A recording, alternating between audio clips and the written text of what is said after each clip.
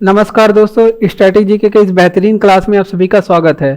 अगर आप किसी भी कंपटीशन की परीक्षा की तैयारी कर रहे हैं तो ये वीडियो आपके लिए बहुत ही हेल्पफुल होगा। इस वीडियो में जीएस के जितने भी सब्जेक्ट होते हैं सभी से प्रश्न लिए गए हैं। इस एक वीडियो से आपके जीएस के सारे सब्जेक्ट का रिवीजन हो जाएगा, क्योंकि इन प्रश्नों के बारे में तो हम लोग पढ़ेंगे ही और इनसे संबंधित जितने भी प्रश्न बन सकते हैं उन सभी प्रश्नों को हम लोग देखेंगे, क्योंकि ये सारे प्रश्न बार बार एग्जामों में भी पूछा जाता है। इसलिए ये वीडियो आपके लिए बहुत ही ज़्यादा इम्पोर्टेंट है। तो चलिए हम लोग अपना क्लास स्टार्ट करते हैं। ठीक, और पहला प्रश्न है हमारा।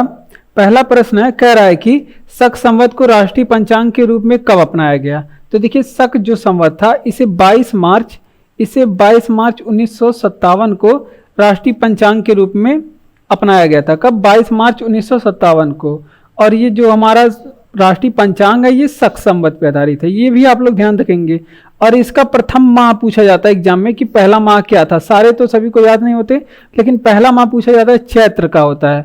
और अंतिम माह भी पूछा जाता है कि अंतिम माह कौन सा होता है। तो यहाँ पे फाल्गुन का अंतिम माह होता है। कम से कम आप लोग ये याद रखें ताकि एग्जाम में पूछे तो आप जवाब दे सकें। ठीक, और बात करते हैं, आपसे पूछे कि पंचांग का आविष्कार किसने किया। पंचांग की बात ही कर रहे हैं तो आप लोग बताएंगे कि पंचांग का आविष्कार कहाँ पे हुआ, किसने किया। तो मेसोपोटामिया के लोगों ने, मेसोपोटामिया की सभ्यता आप लोग पढ़े ही होंगे, तो यहाँ के लोगों ने इनका पंचांग का खोज किया। ठीक, मेसोपोटामिया के लोगों ने किया। उसके बाद आपसे पूछे कि सौर पंचांग का खोज किसने किया। सौर पंचांग का खोज, तो इसका सौर पंचांग का निर्माण के बारे में बात करें तो आप लोग बताएंगे सौर पंचांग के निर्माण कहाँ के लोगों ने किया। इसे मिस्र के लोगों ने बनाया। कहाँ के?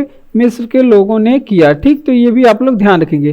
तो ये दोनों चीजें आप लोग ध्यान रखेंगे। तो देख लेते हैं, आपसे पूछे कि शक संवत को राष्ट्रीय पंचांग के रूप में कब अपनाया गया। तो 22 मार्च 1957 को शक संवत का जो राष्ट्रीय पंचांग होता है पहला माह चैत्र का होता है और अंतिम माह कब का होता है? अंतिम माह फाल्गुन का होता है। ठीक, तो ये दोनों चीजें आप लोग ध्यान रखेंगे।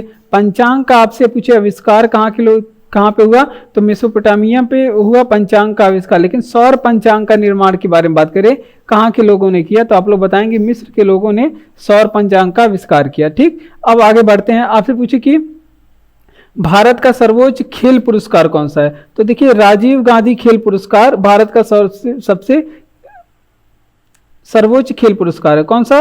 राजीव गांधी खेल रत्न पुरस्कार। ठीक, तो अब इसका नया नाम हो गया क्या? अब इसका नया नाम बदल गया है। नया नाम आपसे पूछे कौन सा, तो इसे अब मेजर ध्यानचंद खेल रत्न पुरस्कार कहते हैं। ठीक, मेजर ध्यानचंद खेल रत्न पुरस्कार कहा जाता है। और मेजर ध्यानचंद कौन थे, यहाँ पे पूरा लिख देते हैं, मेजर ध्यानचंद खेल रत्न पुरस्कार। ठीक, और मेजर ध्यानचंद क्या थे? ये हॉकी के प्लेयर थे। इन्हें हॉकी का जादूगर कहा जाता है। इन्हें क्या कहा जाता है? हॉकी का जादूगर कहा जाता है। अब बात करते हैं सर्वोच्च फिल्म का सम्मान भारत का कौन सा है। सर्वोच्च फिल्म का सम्मान आपसे पूछे भारत का कौन सा है, तो यहाँ पे फिर से लिख देते हैं। आपसे पूछे कि भारत का सर्वोच्च फिल्म पुरस्कार, तो जो भारत का सर्वोच्च फिल्म पुरस्कार है वो क्या है? दादा साहब फाल्के पुरस्कार। कौन सा? दादा साहब फाल्के पुरस्कार। ये भारत का सर्वोच्च यहाँ पे आपके फिल्म जगत का सबसे बड़ा पुरस्कार है। अब आपसे पूछे कि सर्वोच्च वीरता पुरस्कार कौन सा है। आपसे पूछे कि सर्वोच्च भारत का वीरता पुरस्कार कौन सा है, तो यहाँ पे आप लोग ध्यान रखेंगे कि परमवीर चक्र जो है भारत का, परमवीर चक्र भारत का सर्वोच्च वीरता पुरस्कार है। आपसे पूछे कि भारत का सर्वोच्च सम्मान कौन सा है। भारत का सर्वोच्च सम्मान कौन सा है, तो भारत का जो सर्वोच्च सम्मान है वो भारत रत्न है। ठीक, तो ये भी आप लोग ध्यान रखेंगे, भारत रत्न है। तो इतनी चीजें हम लोग देख लेते हैं। आपसे पूछे कि भारत का सर्वोच्च खेल पुरस्कार कौन सा है, तो राजीव गांधी खेल रत्न पुरस्कार भारत का सर्वोच्च खेल पुरस्कार है। उसका नया नाम हो गया कौन सा? मेजर ध्यानचंद खेल रत्न पुरस्कार आप लोग बताएंगे। और मेजर ध्यानचंद के नाम पे इसे रखा गया। और मेजर ध्यानचंद थे कौन? तो ये हॉकी के प्लेयर थे, इन्हें हॉकी का जादूगर कहा जाता है। भारत का सर्वोच्च सर्वोच्च फिल्म पुरस्कार के बारे में बात करें तो सर्वोच्च फिल्म पुरस्कार भारत का कौन सा है? दादा साहब फाल्के फिल्म पुरस्कार है। और सर्वोच्च वीरता पुरस्कार कौन सा है भारत का? तो सर्वोच्च वीरता पुरस्कार परमवीर चक्र है। ठीक, ये आप लोग ध्यान रखेंगे। और बात करते हैं सर्वोच्च, भारत का सर्वोच्च सम्मान कौन सा है? तो भारत रत्न है भारत का सर्वोच्च सम्मान। ठीक, बात करते हैं कितनी ऊंचाई पे जाने पे 1 डिग्री की तापमान में कमी होती है। तो देखिए, यदि आप क्षोभ मंडल में होते हैं, कौन से मंडल में? क्षोभ मंडल में, तो आप यदि एक यहाँ पे 165 मीटर की ऊंचाई पे जाते हैं, 165 मीटर की ऊंचाई पे जाते हैं, हाइट पे जाते हैं, तो आपके तापमान में कितना कमी आएगा? तो आपके तापमान में 1 डिग्री सेंटीग्रेड की कमी आएगी। ठीक, और आपसे पूछे कि कौन सा ऐसा मंडल है जिसमें तापमान समान होता है, यानी कि तापमान, ऐसे कौन सा मंडल है जिसमें तापमान नियत रहता है, यानी कि घटता बढ़ता नहीं है? तो वही मंडल जहाँ पे वायुयान उड़ाए जाते हैं, कौन सा? समताप मंडल में। समताप मंडल में क्या होता है? तापमान नियत होता है, तो तभी तो प्लेन वगैरह वहाँ पे उड़ाए जाते हैं। और आपसे पूछे कि ग्रीन हाउस प्रभाव में क्या होता है? तापमान बढ़ता है या फिर घटता है? ठीक, ग्रीन हाउस प्रभाव में क्या होता है? तापमान बढ़ता है या फिर घटता है? तो इसमें क्या होता है? तापमान बढ़ता है। ये भी आप लोग ध्यान रखेंगे, ग्रीन हाउस प्रभाव रहेगा तो तापमान बढ़ता है, ये आप लोग ध्यान रखेंगे। और देखते हैं आपसे चक्रवात की उत्पत्ति कहाँ कैसे होती है? चक्रवात की जो उत्पत्ति है वो कैसे होती है? तो जो चक्रवात की उत्पत्ति होती है, दो भिन्न तापमान वाली राशियों के बीच में जब वहां पे टकराव होता है तो आपको क्या होती है? चक्रवात आता है। तो दो भिन्न तापमान वाली राशियों में जब क्या होता है? टकराव होता है, तो वहां पे क्या होता है? आपका चक्रवात की उत्पत्ति होती है। दो भिन्न तापमान की राशियां जब आपस में मिलती हैं तो वहां पे चक्रवात उत्पन्न होता है। ठीक, तो इतनी चीजें आप लोग ध्यान रखेंगे। देख लेते हैं साथ में, आपसे पूछे कि कितनी ऊंचाई पे जाने पे 1 डिग्री सेंटीग्रेड की तापमान में कमी होती है? तो क्षोभ मंडल में आप हैं तो 165 मीटर की ऊंचाई पे जाते हैं तो आपके तापमान में 1 डिग्री सेंटीग्रेड की कमी आएगी। और तापमान नियत किस मंडल में होता है? समताप मंडल में तापमान नियत होता है। ठीक, ग्रीन हाउस प्रभाव में क्या होता है? इसमें तापमान हमेशा बढ़ता रहता है ग्रीन हाउस प्रभाव में। चक्रवात की उत्पत्ति क्या होती है? दो भिन्न राशियों के तापमान में आपस में मिलने पे चक्रवात की उत्पत्ति होती है। ठीक, तो इतनी चीजें आप लोग याद रखेंगे। बढ़ते अपने अगले प्रश्न की। अगर आपको वीडियो अच्छा लग रहा हो तो वीडियो को लाइक, चैनल को सब्सक्राइब और अपने दोस्तों तक वीडियो को शेयर कर दें। ठीक, अगला प्रश्न है कि पेनाल्टी किक का संबंध है, तो पेनाल्टी किक शब्द कहाँ प्रयोग किए जाते हैं? तो ये फुटबॉल में प्रयोग किए जाते हैं। कहाँ पे? फुटबॉल में पेनाल्टी किक शब्द प्रयोग किए जाते हैं। फुटबॉल में प्रति टीम कितने खिलाड़ी होते हैं? फुटबॉल में प्रति टीम 11 प्लेयर प्रति टीम में होते हैं। फिर 11 प्लेयर प्रति टीम में फुटबॉल में खिलाड़ी होते हैं, तो ये भी आप लोग ध्यान रखेंगे। यहाँ पे आपसे पूछे कि डुरंड कप का संबंध कहाँ पे? ये एग्जाम में पूछा जाता है। डुरंड कप का संबंध किससे है? या फिर आपसे पूछे कि रोवर्स कप का संबंध किससे है? रोवर्स कप का संबंध किससे है? या फिर आपसे पूछे कि कोपा अमेरिका कप का संबंध किससे है? कोपा अमेरिका कप का संबंध किससे है? तो ये सारे के सारे किससे कप संबंधित है? ये आपके फुटबॉल से संबंधित, किसे? फुटबॉल से संबंधित कप हैं। ठीक, तो ये आप लोग ध्यान रखेंगे। तो देख लेते हैं हम लोग साथ में। आपसे पूछे कि पेनाल्टी किक शब्द संबंधित है, तो आप लोग बताएंगे फुटबॉल से संबंधित है। फुटबॉल में प्रति टीम कितने खिलाड़ी होते हैं? तो प्रति टीम 11 प्लेयर होते हैं। और डुरंड कप का संबंध किससे है? फुटबॉल से। रोवर्स कप का संबंध किससे? फुटबॉल से। कोपा अमेरिका कप का संबंध किससे है? ये फुटबॉल से है। ठीक, तो ये सारी चीजें आप लोग ध्यान रखें।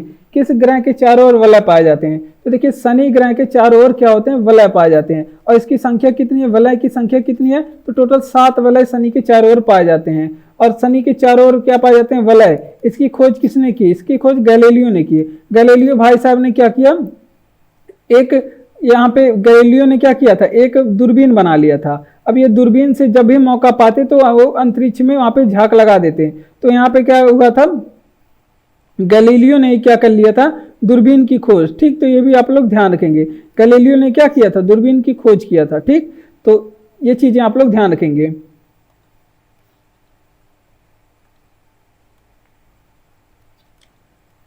गैलीलियो ने दूरबीन की खोज की थी। ठीक, ये आप लोग ध्यान रखेंगे। और इन्होंने सौरमंडल में देखा कि शनि ग्रह के चारों तरफ क्या पाए जाते हैं? 7 छल्ले पाए जाते हैं, रिंग पाए जाते हैं। ठीक, तो ये भी ध्यान रखेंगे। आपसे पूछे कि सौरमंडल का सबसे सुंदर ग्रह किसे कहते हैं? सौरमंडल का सबसे सुंदर ग्रह किसे कहते हैं? तो शनि को कहते हैं सौरमंडल का सबसे सुंदर ग्रह। आपसे पूछे कि शनि का सबसे बड़ा उपग्रह कौन सा है?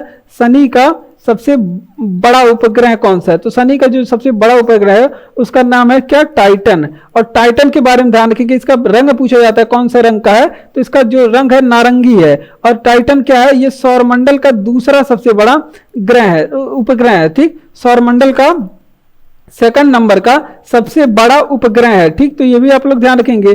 ठीक, अगला बात करते हैं, आपसे पूछे कि ये शनि के बारे में ध्यान रखेंगे, ये सौरमंडल का सेकंड सबसे बड़ा ग्रह है, दूसरा सबसे बड़ा ग्रह है सौरमंडल का, तो ये भी आप लोग ध्यान रखेंगे। और बात करते हैं सबसे बड़ा ग्रह कौन सा है? सौरमंडल का सबसे बड़ा ग्रह कौन सा है? तो ये भी आप लोग ध्यान रखेंगे कि बृहस्पति है सौरमंडल का सबसे बड़ा ग्रह। कौन सा? बृहस्पति सौरमंडल का सबसे बड़ा ग्रह है। और यहाँ पे शनि ग्रह की बात करें तो इसका जो भार है, घनत्व तो सबसे बहुत कम होता है, इसके वजह से ये क्या होता है? पानी पे तैरता है। पानी पे तैरता है। वैज्ञानिकों ने पता किया कि अगर ये इसका घनत्व इतना कम है, पानी से कम है, तो ये पानी पे तैरेगा ही, तो इस वजह से ये कहा जाता है कि पानी पे तैरेगा ग्रह। तो ये भी आप लोग ध्यान रखेंगे। और शनि ग्रह को हम लोग नंगी आंखों से देख सकते हैं। नंगी आंखों से क्या देख सकते? नंगी आंख से देख सकते हैं, तो ये भी आप लोग ध्यान रखेंगे। तो देख लेते हैं किस ग्रह के चारों ओर वलय पाए जाते हैं। शनि ग्रह के चारों ओर वलय पाए जाते हैं। वलयों की संख्या कितनी? 7 है। ठीक, और इसका खोज किसने किया? गैलीलियो ने किया कि शनि ग्रह के चारों ओर क्या पाए जाते हैं? छल्ले पाए जाते हैं। और सौरमंडल का सबसे सुंदर ग्रह किसे कहते हैं? शनि ग्रह को कहते हैं। और शनि का सबसे बड़ा उपग्रह क्या है? टाइटन है। और टाइटन के बारे में आप लोग ध्यान रखिए, इसका रंग कैसा है? नारंगी है। और ये सौरमंडल का दूसरा सबसे बड़ा उपग्रह है। ठीक, तो ये भी आप लोग ध्यान रखेंगे, सौरमंडल का दूसरा सबसे बड़ा उपग्रह है। और शनि के बारे में बात करें, इसका घनत्व जो है कम है, इस वजह से ये पानी पे तैरेगा। ठीक, तो ये भी आप लोग ध्यान रखेंगे, इसे नंगी आंखों से भी देखा जा सकता है। बढ़ते अपने अगले प्रश्न की ओर। अगला प्रश्न है कि संसार का सबसे बड़ा महासागर कौन सा है? तो संसार का जो सबसे बड़ा महासागर है उसका नाम क्या है? प्रशांत महासागर। क्या है? प्रशांत महासागर। ये संसार का सबसे बड़ा महासागर है। और अब इसके बारे में क्या बात करेंगे, इसका सबसे गहरा गर्त कौन सा है? यानी कि सबसे गहरा बिंदु क्या है? तो इसे कहते हैं मेरियाना ट्रेंच कहते हैं, या फिर मेरियाना गर्त कहते हैं। ठीक, और इसकी गहराई कितनी है? 1134 किलोमीटर इसकी गहराई है। आपको पुरानी गहराई भी मिल सकती है, आप वहां पे मिलेगा 1122 मीटर, लेकिन 1122 मीटर, लेकिन ये नए वाला है 1134 मीटर इसकी गहराई है। और ये किसके पास है जो गहरा गर्त है? ये फिलीपींस द्वीप के पास है। फिलीपींस द्वीप के पास है। फिलीपींस जानते हैं आप लोग, जिसकी राजधानी क्या है? मनीला है, वहां पे फिलीपींस द्वीप के पास है। तो ये भी आप लोग ध्यान रखेंगे। और अरब सागर में है ये, प्रशांत महासागर में ये स्थित है। ठीक, और प्रशांत महासागर में आपसे पूछे कि ग्रेट बैरियर रीफ कहाँ पे स्थित है? ग्रेट बैरियर रीफ कहाँ पे स्थित है? तो ये प्रवाल द्वीप है। और ये कहाँ पे स्थित है? तो ये आपके अटलांटिक, यहाँ पे प्रशांत महासागर में स्थित है।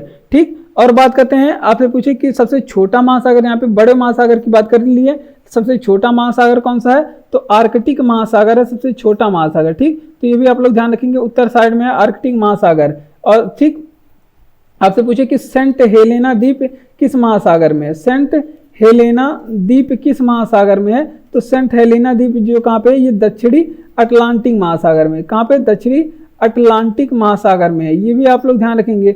आपसे पूछे कि प्यासा महासागर किसे कहते हैं? प्यासा महासागर किसे कहते हैं? या फिर आपसे पूछे कि बरमूडा ट्रायंगल किस महासागर में है? बरमूडा ट्रायंगल किस महासागर में? तो ये आपके अटलांटिक महासागर में। ठीक, तो ये चीजें आप लोग ध्यान रखेंगे। तो देख लेते हैं संसार का सबसे बड़ा महासागर कौन सा है? प्रशांत महासागर है संसार का सबसे बड़ा महासागर।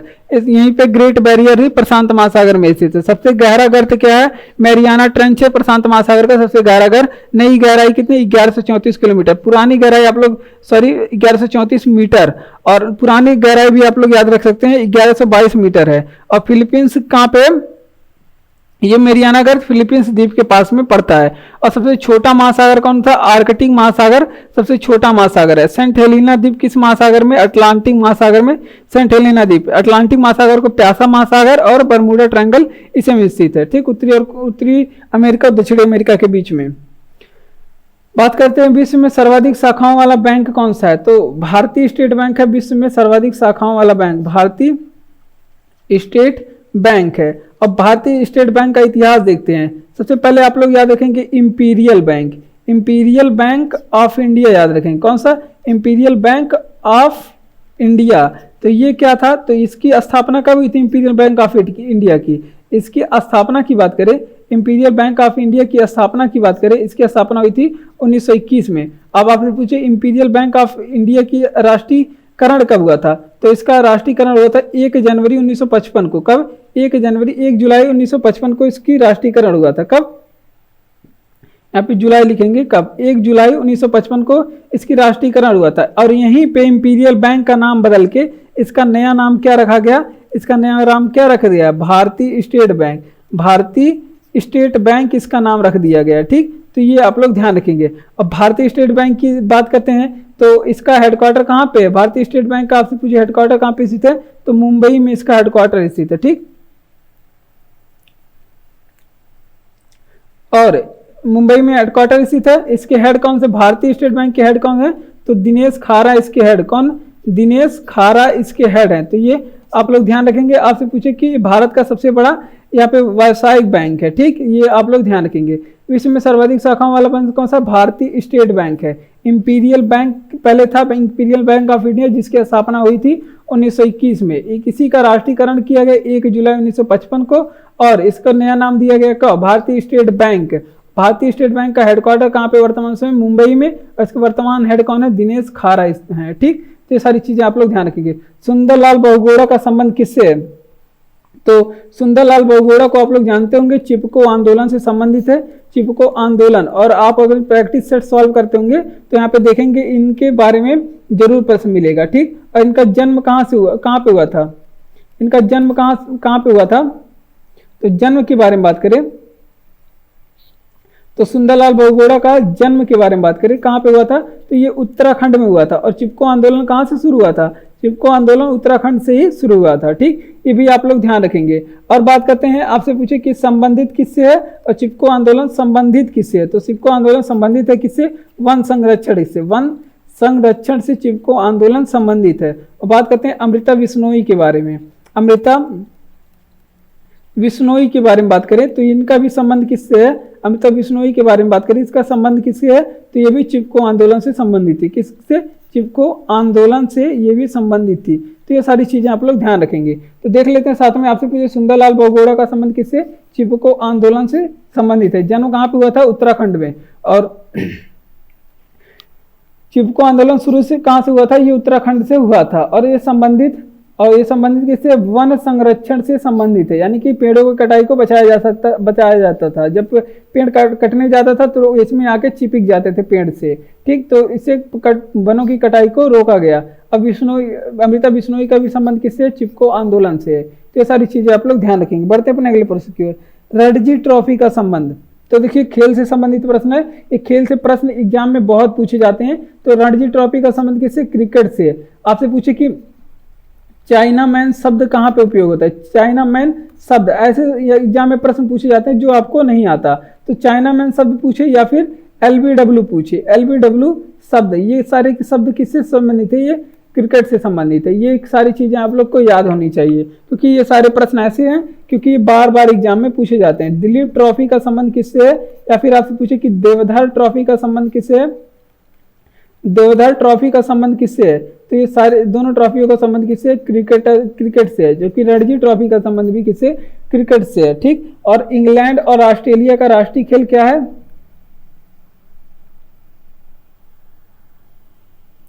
इंग्लैंड और ऑस्ट्रेलिया का जो राष्ट्रीय खेल है वो भी आपके क्रिकेट है। इंग्लैंड एंड ऑस्ट्रेलिया का राष्ट्रीय खेल क्या है? इंग्लैंड और ऑस्ट्रेलिया का राष्ट्रीय खेल क्रिकेट है। तो ये भी आप लोग ध्यान रखेंगे। ठीक, बढ़ते हैं अपने अगले प्रश्न की ओर। इसको देख लेते हैं। पहले आपसे पूछे कि रणजी ट्रॉफी का संबंध किससे? क्रिकेट से है। चाइना मैन शब्द किस में प्रयोग किए जाते हैं? एलबीडब्ल्यू शब्द किस में? क्रिकेट में प्रयोग किए जाते हैं। दिलीप ट्रॉफी का संबंध, देवधर ट्रॉफी का संबंध क्रिकेट से है। और इंग्लैंड में ऑस्ट्रेलिया, आप इन दोनों का राष्ट्रीय खेल क्या है? क्रिकेट है। ठीक, तो ये सारी चीजें आप लोग ध्यान रखेंगे। सुपीरियर झील कहाँ पे स्थित है? ये यूएसए और कनाडा के बीच में, यूएसए और कनाडा के बीच में स्थित है। और 49 डिग्री नॉर्थ अक्षांश भी किसके बीच में? यूएसए और कनाडा के बीच में 49 डिग्री नॉर्थ अक्षांश भी कहाँ पे स्थित है, यूएसए और कनाडा के बीच में। और बात करते हैं यहाँ पे जो सुपीरियर झील है यूएसए और कनाडा के बीच में, यहाँ पे 5 झील आती है, इसमें जिसको क्या कहते हैं, इसे कहते हैं महान झील क्षेत्र बोलते हैं, इसे ग्रेट लेक्स एरिया बोलते हैं या महान झील क्षेत्र बोलते हैं। इसमें 5 झीलें आती हैं। कौन कौन सी झीलें आती हैं, एक तो आ गया आपका सुपीरियर, एक तो आपका हो गया सुपीरियर, एक हो गया Huron, Superior, Huron, Michigan, Ontario, Superior Huron, Michigan, Ontario और इरी, ये 5 झीलें आती हैं। ठीक, अब बात करते हैं सुपीरियर झील की बात करें तो ये विश्व का सबसे बड़ा मीठे पानी का झील है, विश्व की सबसे बड़ी मीठे पानी की झील है। ठीक, तो ये भी आप लोग ध्यान रखेंगे। और यहाँ पे मिशिगन के बारे में बात करें, इसके किनारे क्या बसा हुआ, शिकागो बसा हुआ है, इसके किनारे शिकागो शहर बसा हुआ है, ये भी आप लोग ध्यान रखेंगे। आपसे पूछे मिशिगन झील के नदी के यहाँ पे मिशिगन झील के किनारे कौन सा शहर बसा हुआ है, तो शिकागो बसा हुआ है। ठीक, तो ये भी आप लोग ध्यान रखेंगे। और बात करते हैं, ये शिकागो लिखा हुआ है। और बात करते हैं सुपीरियर और ह्यूरॉन झील को कौन सी यहाँ पे नहर जोड़ती है, कौन सी नहर जोड़ने का काम करती है, तो सू नहर इनको जोड़ती है। ठीक, सू नहर क्या करती है, जोड़ने का काम करती है। ठीक, ये भी आप लोग ध्यान रखेंगे। तो देख लेते हैं साथ में, आपसे पूछे कि सुपीरियर झील कहाँ स्थित है, यूएसए और कनाडा के बीच में, और 49 डिग्री नॉर्थ अक्षांश भी यूएसए और कनाडा के बीच में। महान झील क्षेत्र कहाँ पे, सुपीरियर झील में। यहाँ पे 5 झीलें आती हैं, कौन कौन सी, एक तो सुपीरियर हो गया, ह्यूरॉन हो गया, मिशिगन हो गया, एंटोरियो हो गया और इरी हो गया। सुपीरियर झील की बात करें, विश्व की सबसे बड़ी मीठे पानी की झील है। और सुपीरियर और ह्यूरॉन को कौन सी जो नहर है जोड़ने का काम करती है, सू नहर जोड़ने का काम करती है। मिशिगन के किनारे कौन सा यहाँ पे शहर बसा हुआ है, इसके किनारे, मिशिगन के किनारे शिकागो शहर बसा हुआ है। कौन सा, शिकागो शहर बसा हुआ है। ठीक, आपसे पूछे कि एंटोरियो और इरी ये भी महान झील क्षेत्र में आते हैं। अगले प्रश्न पे बढ़ते हैं। आपसे पूछे कि रमन मैग्सेसे पुरस्कार पाने वाले पहले व्यक्ति कौन थे, तो रमन मैग्सेसे पुरस्कार पाने वाले पहले व्यक्ति का नाम क्या था, विनोबा भावे था। कौन, विनोबा भावे थे। इन्हें रमन मैग्सेसे पुरस्कार कब मिला था, 1958 में। और बात करते हैं रमन मैग्सेसे पुरस्कार पाने वाली प्रथम महिला कौन थी, रमन मैग्सेसे पुरस्कार पाने वाली पहली महिला कौन थी, इनका नाम क्या था, किरण बेदी। किरण बेदी रमन मैग्सेसे पाने वाली पहली महिला थी। इन्हें 1994 में रमन मैग्सेसे पुरस्कार मिला। और बात करते हैं आपसे रमन मैग्सेसे के पुरस्कार के बारे में बात करें, इसे एशिया का नोबेल कहते हैं। इसे क्या कहते हैं, एशिया का नोबेल कहते हैं। तो ये भी आप लोग ध्यान रखेंगे। और बात करते हैं ये कहाँ पे से दिया जाता है, तो ये फिलीपींस के जो राष्ट्रपति थे, फिलीपींस के राष्ट्रपति उनके याद में दिया जाता है, उनके नाम पे, उसके याद में या फिर दिया जाता है। ठीक, तो ये भी आप लोग ध्यान रखेंगे। ठीक, और कब से दिया जाता है, 1958 से दिया जाता है। तो देख लेते हैं, आपसे पूछे कि रमन मैग्सेसे पुरस्कार पाने वाले पहले व्यक्ति कौन थे, तो विनोबा भावे थे। रमन मैग्सेसे पुरस्कार पाने वाले पहले व्यक्ति 1958 में इन्हें रमन मैग्सेसे पुरस्कार दिया गया। और रमन मैग्सेसे पाने वाली पहली महिला कौन थी, किरण बेदी थी, जिन्हें 1994 में वहाँ पे रमन मैग्सेसे पुरस्कार दिया गया। और इसे एशिया का नोबेल कहा जाता है। रमन मैग्सेसे पुरस्कार को क्या कहा जाता है, इसे एशिया का नोबेल पुरस्कार दिया कहाँ से जाता है, फिलीपींस के जो राष्ट्रपति हैं उन्हीं की याद में 1958 से दिया जाने लगा। ठीक, राष्ट्रपति शासन किस अनुच्छेद में है, तो राष्ट्रपति शासन अनुच्छेद नंबर 356 में। आपसे पूछे भाग किस में है, तो भाग 18 में है राष्ट्रपति शासन। और राष्ट्रपति शासन की आपसे पूछे कि घोषणा कौन करता है, तो राष्ट्रपति शासन की जो घोषणा है वो राष्ट्रपति करते हैं। कौन करते हैं, राष्ट्रपति शासन की जो घोषणा है वो राष्ट्रपति करते हैं, लेकिन सिफारिश कौन करता है, लेकिन राष्ट्रपति लगाने के लिए सिफारिश कौन करता है, तो जो सिफारिश करता है उनका वो राज्य के गवर्नर सिफारिश करते हैं, या फिर राज्य के जो होते हैं आपके राज्यपाल सिफारिश करते हैं। राज्यपाल सिफारिश इसके करते हैं कि हमारे यहाँ क्या किया जाए, राष्ट्रपति शासन लगाया जाए। और इसमें जो राज्य का संचालन होता है वो किसके हाथ में चला जाता है, इसमें राज्य का जो संचालन होता है, राष्ट्रपति शासन में राज्य का संचालन जो होता है वो आपके किसके हाथ में चला जाता है, वो आपके राष्ट्रपति देखते हैं। कौन, राष्ट्रपति के हाथों, राज्यपाल के हाथों चला जाता है, राज्यपाल देखते हैं। ठीक, तो ये सारी चीजें आप लोग ध्यान रखेंगे। और बात करते हैं, आपसे पूछे कि राष्ट्रपति जो शासन की न्यूनतम आयु कितनी, न्यूनतम समय क्या होता है, न्यूनतम अवधि, यानी कि कम से कम ये कितने माह तक लगाया जाता है, तो एक बार में ये 6 माह तक लागू हो जाता है। लेकिन आपसे पूछे कि अधिकतम किसमें कितने माह तक लगाया जा सकता है, अधिकतम कितने माह तक, अधिकतम 3 वर्ष तक 6-6 महीने करके बढ़ाया जा सकता है। ठीक, तो ये भी आप लोग ध्यान रखेंगे। ठीक, और सबसे पहले राष्ट्रीय यहाँ पे कब लगा था, सबसे पहले यहाँ पे राष्ट्रपति शासन कब लगा था, पहली बार, तो पहली बार राष्ट्रपति शासन 1951 में लगा था, 1951 में, और कहाँ पे, पंजाब में लगा था। ठीक, तो ये भी आप लोग ध्यान रखेंगे, पंजाब में 1951 में लगा था। और राष्ट्रीय आपात किस अनुच्छेद में है, तो ये भी आप लोग ध्यान रखेंगे। आपसे पूछे कि राष्ट्रीय आपात किस अनुच्छेद में है, ये एग्जाम में पूछा जाता है, 352 अनुच्छेद नंबर 352 में है। ठीक, और वित्तीय आपात कितने अनुच्छेद में है, वित्तीय आपात, तो ये किस नंबर के अनुच्छेद में है, तो ये अनुच्छेद नंबर 360 में है। और इसे का प्रयोग एक भी बार नहीं हुआ है, ऐसा कौन सा आर्टिकल है जिसका प्रयोग एक भी बार नहीं हुआ है, तो वित्तीय आपात है जो आर्टिकल नंबर 360 में है। ठीक, बात करते हैं राष्ट्रपति शासन की घोषणा 356 में की गई, राष्ट्रपति शासन की घोषणा 356 में और भाग 18 में है। और बात करते हैं, आपसे पूछे कि राष्ट्रपति शासन की घोषणा कौन करता है, तो राष्ट्रपति करते हैं राष्ट्रपति शासन की घोषणा, सिफारिश कौन करता है, राज्यपाल। और पहली बार जो इसमें राज्य का संचालन किसके हाथों चला जाता है, तो राज्य का संचालन पूरी तरह से राज्यपाल के हाथों में राष्ट्रपति शासन में चला जाता है। और पहली बार राष्ट्रपति शासन कब लगाया गया, तो 1951 में पंजाब में राष्ट्रपति शासन लगाया गया। और न्यूनतम समय कितनी समय तक राष्ट्रपति शासन लगाया जाता है, तो न्यूनतम 6 माह तक राष्ट्रपति शासन लगाया जाता है। और 6 माह करके अधिकतम किसी राज्य में कितने दिनों तक लगाया जा सकता है, तो अधिकतम 3 वर्ष तक लगाया जा सकता है। और राष्ट्रीय आपात वहीं पे देख लेते हैं, अनुच्छेद नंबर 352, और जबकि वित्तीय आपात के बारे में बात करें तो अनुच्छेद नंबर 360 में है। ठीक, अगला प्रश्न है कि मोनालिसा किसकी विश्वविख्यात पेंटिंग है, तो लियोनार्डो दा विंची की पुस्तक है ये, लियोनार्डो दा विंची की फेमस पेंटिंग है, लियोनार्डो दा विंची की ये फेमस पेंटिंग है। ठीक, और इसका खास बात क्या है, इसमें एक महिला बनी हुई है और स्माइल कर रही है, और किसी भी एंगल पे देखेंगे आपको उनका स्माइल अलग अलग तरह से दिखाई देगा। अब आपसे पूछे कि द लास्ट सपर क्या है, द लास्ट सपर किसकी यहाँ पे पेंटिंग है, तो द लास्ट सपर भी ये किसकी पेंटिंग है, तो द लास्ट सपर भी आपके लियोनार्डो दा विंची की पेंटिंग है। ठीक, और आपसे पूछे कि मिथिला पेंटिंग किस राज्य की फेमस है, तो ये भी इंपॉर्टेंट प्रश्न है, मिथिला पेंटिंग किस राज्य की फेमस पेंटिंग है, तो ये आपके बिहार की फेमस पेंटिंग, कहाँ की, ये बिहार की है। ठीक, तो ये भी आप लोग ध्यान रखेंगे, ये बिहार की फेमस पेंटिंग है। और देख लेते हैं साथ में, आपसे पूछे कि मोनालिसा किसकी विश्वविख्यात पेंटिंग है, तो आपके लियोनार्डो दा विंची की विश्वविख्यात पेंटिंग है। ठीक, तो ये बहुत ही वर्ल्ड लेवल पे फेमस है। द लास्ट सपर किसकी पेंटिंग है, तो द लास्ट सपर भी आपके लियोनार्डो दा विंची की फेमस पेंटिंग है।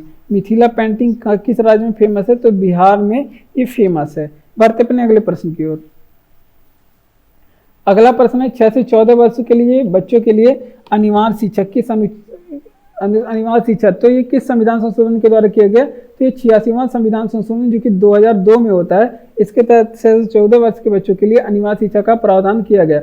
और इसके तहत जो अनुच्छेद है संविधान में कौन से मौलिक कर्तव्य में जोड़े गए, मौलिक अधिकार में कौन से अनुच्छेद जोड़े गए, तो अनुच्छेद नंबर 21 का ए जोड़ा गया, इसे मौलिक अधिकार बनाया गया। ठीक, तो ये भी आप लोग ध्यान रखेंगे, यानी कि बच्चे 6 से 14 वर्ष के बीच में उनका शिक्षा पाना कौन सा अधिकार, उनका मौलिक अधिकार है। मौलिक अधिकार मतलब जो उनके लिए है वो आप उनको लेंगे। ठीक, और बात करते हैं शिक्षा को, यहाँ पे शिक्षा के बारे में बात करेंगे। टोटल शिक्षा को राज्य सूची से निकाल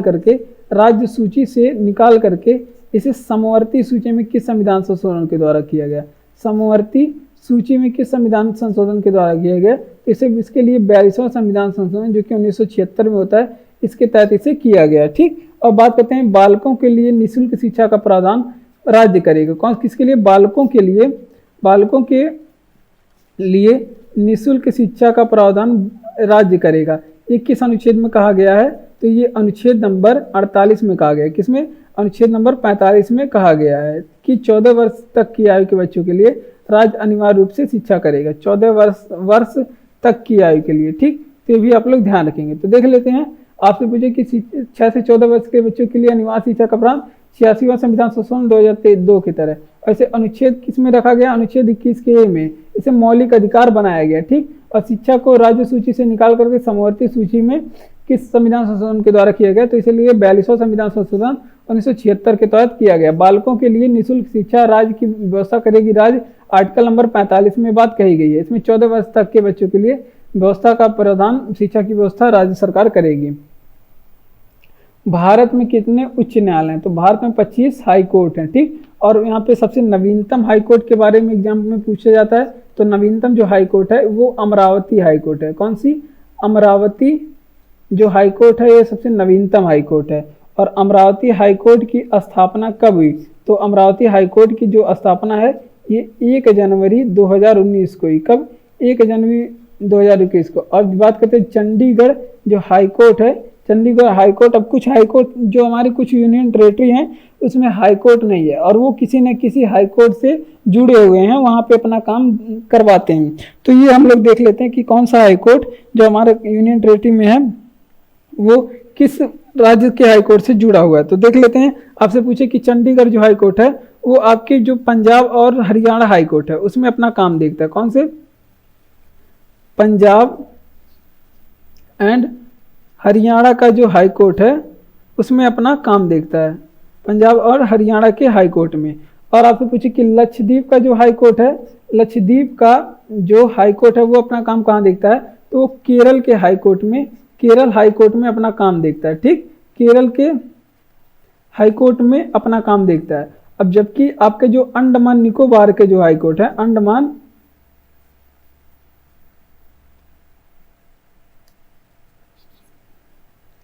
जो आपका है अंडमान निकोबार, वहां भी तो हाई कोर्ट होना चाहिए।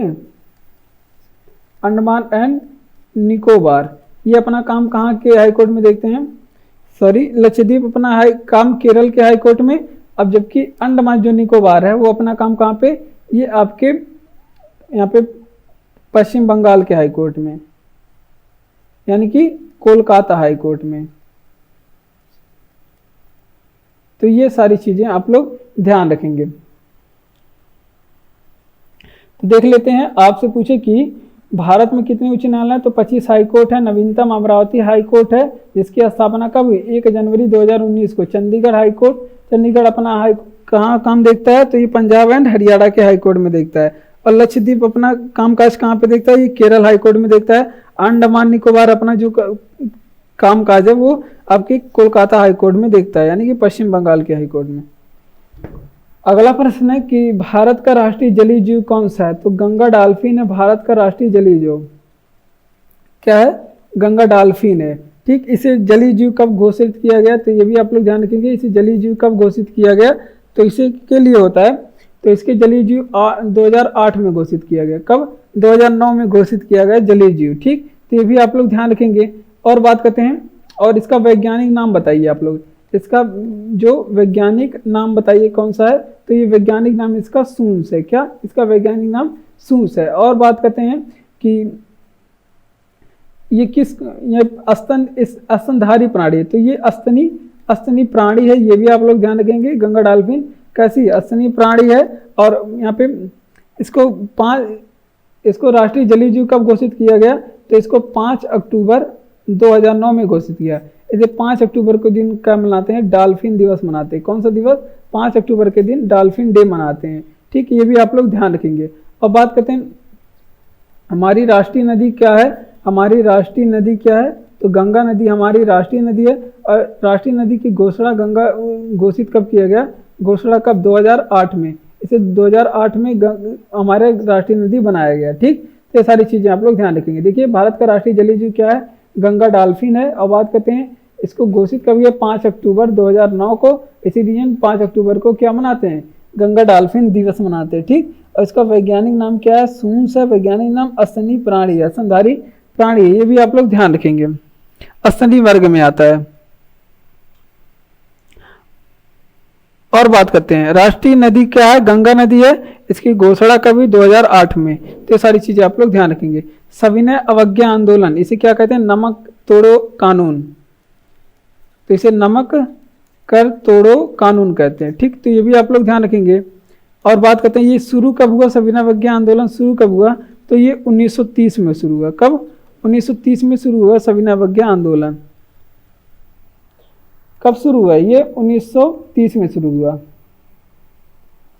और बात करते हैं ये समाप्त कब हुआ, सविनय अवज्ञा आंदोलन समाप्त कब हुआ, तो ये आगे चल के 1934 में समाप्त हो जाता है। और सविनय अवज्ञा आंदोलन आपसे पूछे किसने चलाया, तो गांधी जी ने चलाया। किसने चलाया, गांधी जी ने सविनय अवज्ञा आंदोलन चलाया। और बात करते हैं दांडी यात्रा की। अब बात करेंगे दांडी यात्रा की, ये कब चला था, तो ये आपके 12 यहाँ पे 12 मार्च से लेके 12 मार्च से लेके ये 6 अप्रैल तक चला था। कहाँ पे, 12 मार्च 6 अप्रैल से चला था। और साबरमती आश्रम से कहाँ पे, साबरमती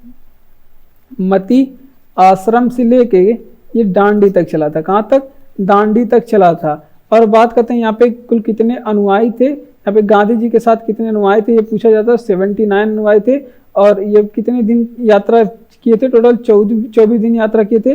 और दूरी कितनी थी, तो ये दूरी की बात करें तो ये 241 मील थी, टोटल 241 मील की दूरी थी। तो ये सारी चीजें आप लोग ध्यान रखेंगे। तो देख लेते हैं सविनय अवज्ञा आंदोलन, इसे नमक कर तोड़ने के लिए चलाया गया था। और बात करते हैं शुरू कब हुआ था, 1930 में। समाप्त कब हुआ था, 1934 में। समाप्त कब हुआ था, 1934 में। और इसे चलाया किसने था, गांधी जी ने चलाया था। ठीक, गांधी जी ने इसे चलाया था। और दांडी यात्रा की बात करें तो 6 अप्रैल से 12 मार्च से लेकर 6 अप्रैल तक, और कब से, 1930 तक। ठीक, 1930 में चलाया गया। और बात करते हैं यहाँ पे साबरमती आश्रम से लेके दांडी तक की यात्रा थी। गांधी जी के साथ 79 अनुयायी गए थे और टोटल 24 दिन की यात्रा थी। और बात करते हैं दूरी कितनी थी, 241 मील की। ठीक, पहला क्रिकेट विश्व कप किस देश ने जीता, तो पहला क्रिकेट विश्व कप जो है वो वेस्ट इंडीज ने जीता था। कहाँ के, वेस्ट इंडीज ने जीता था।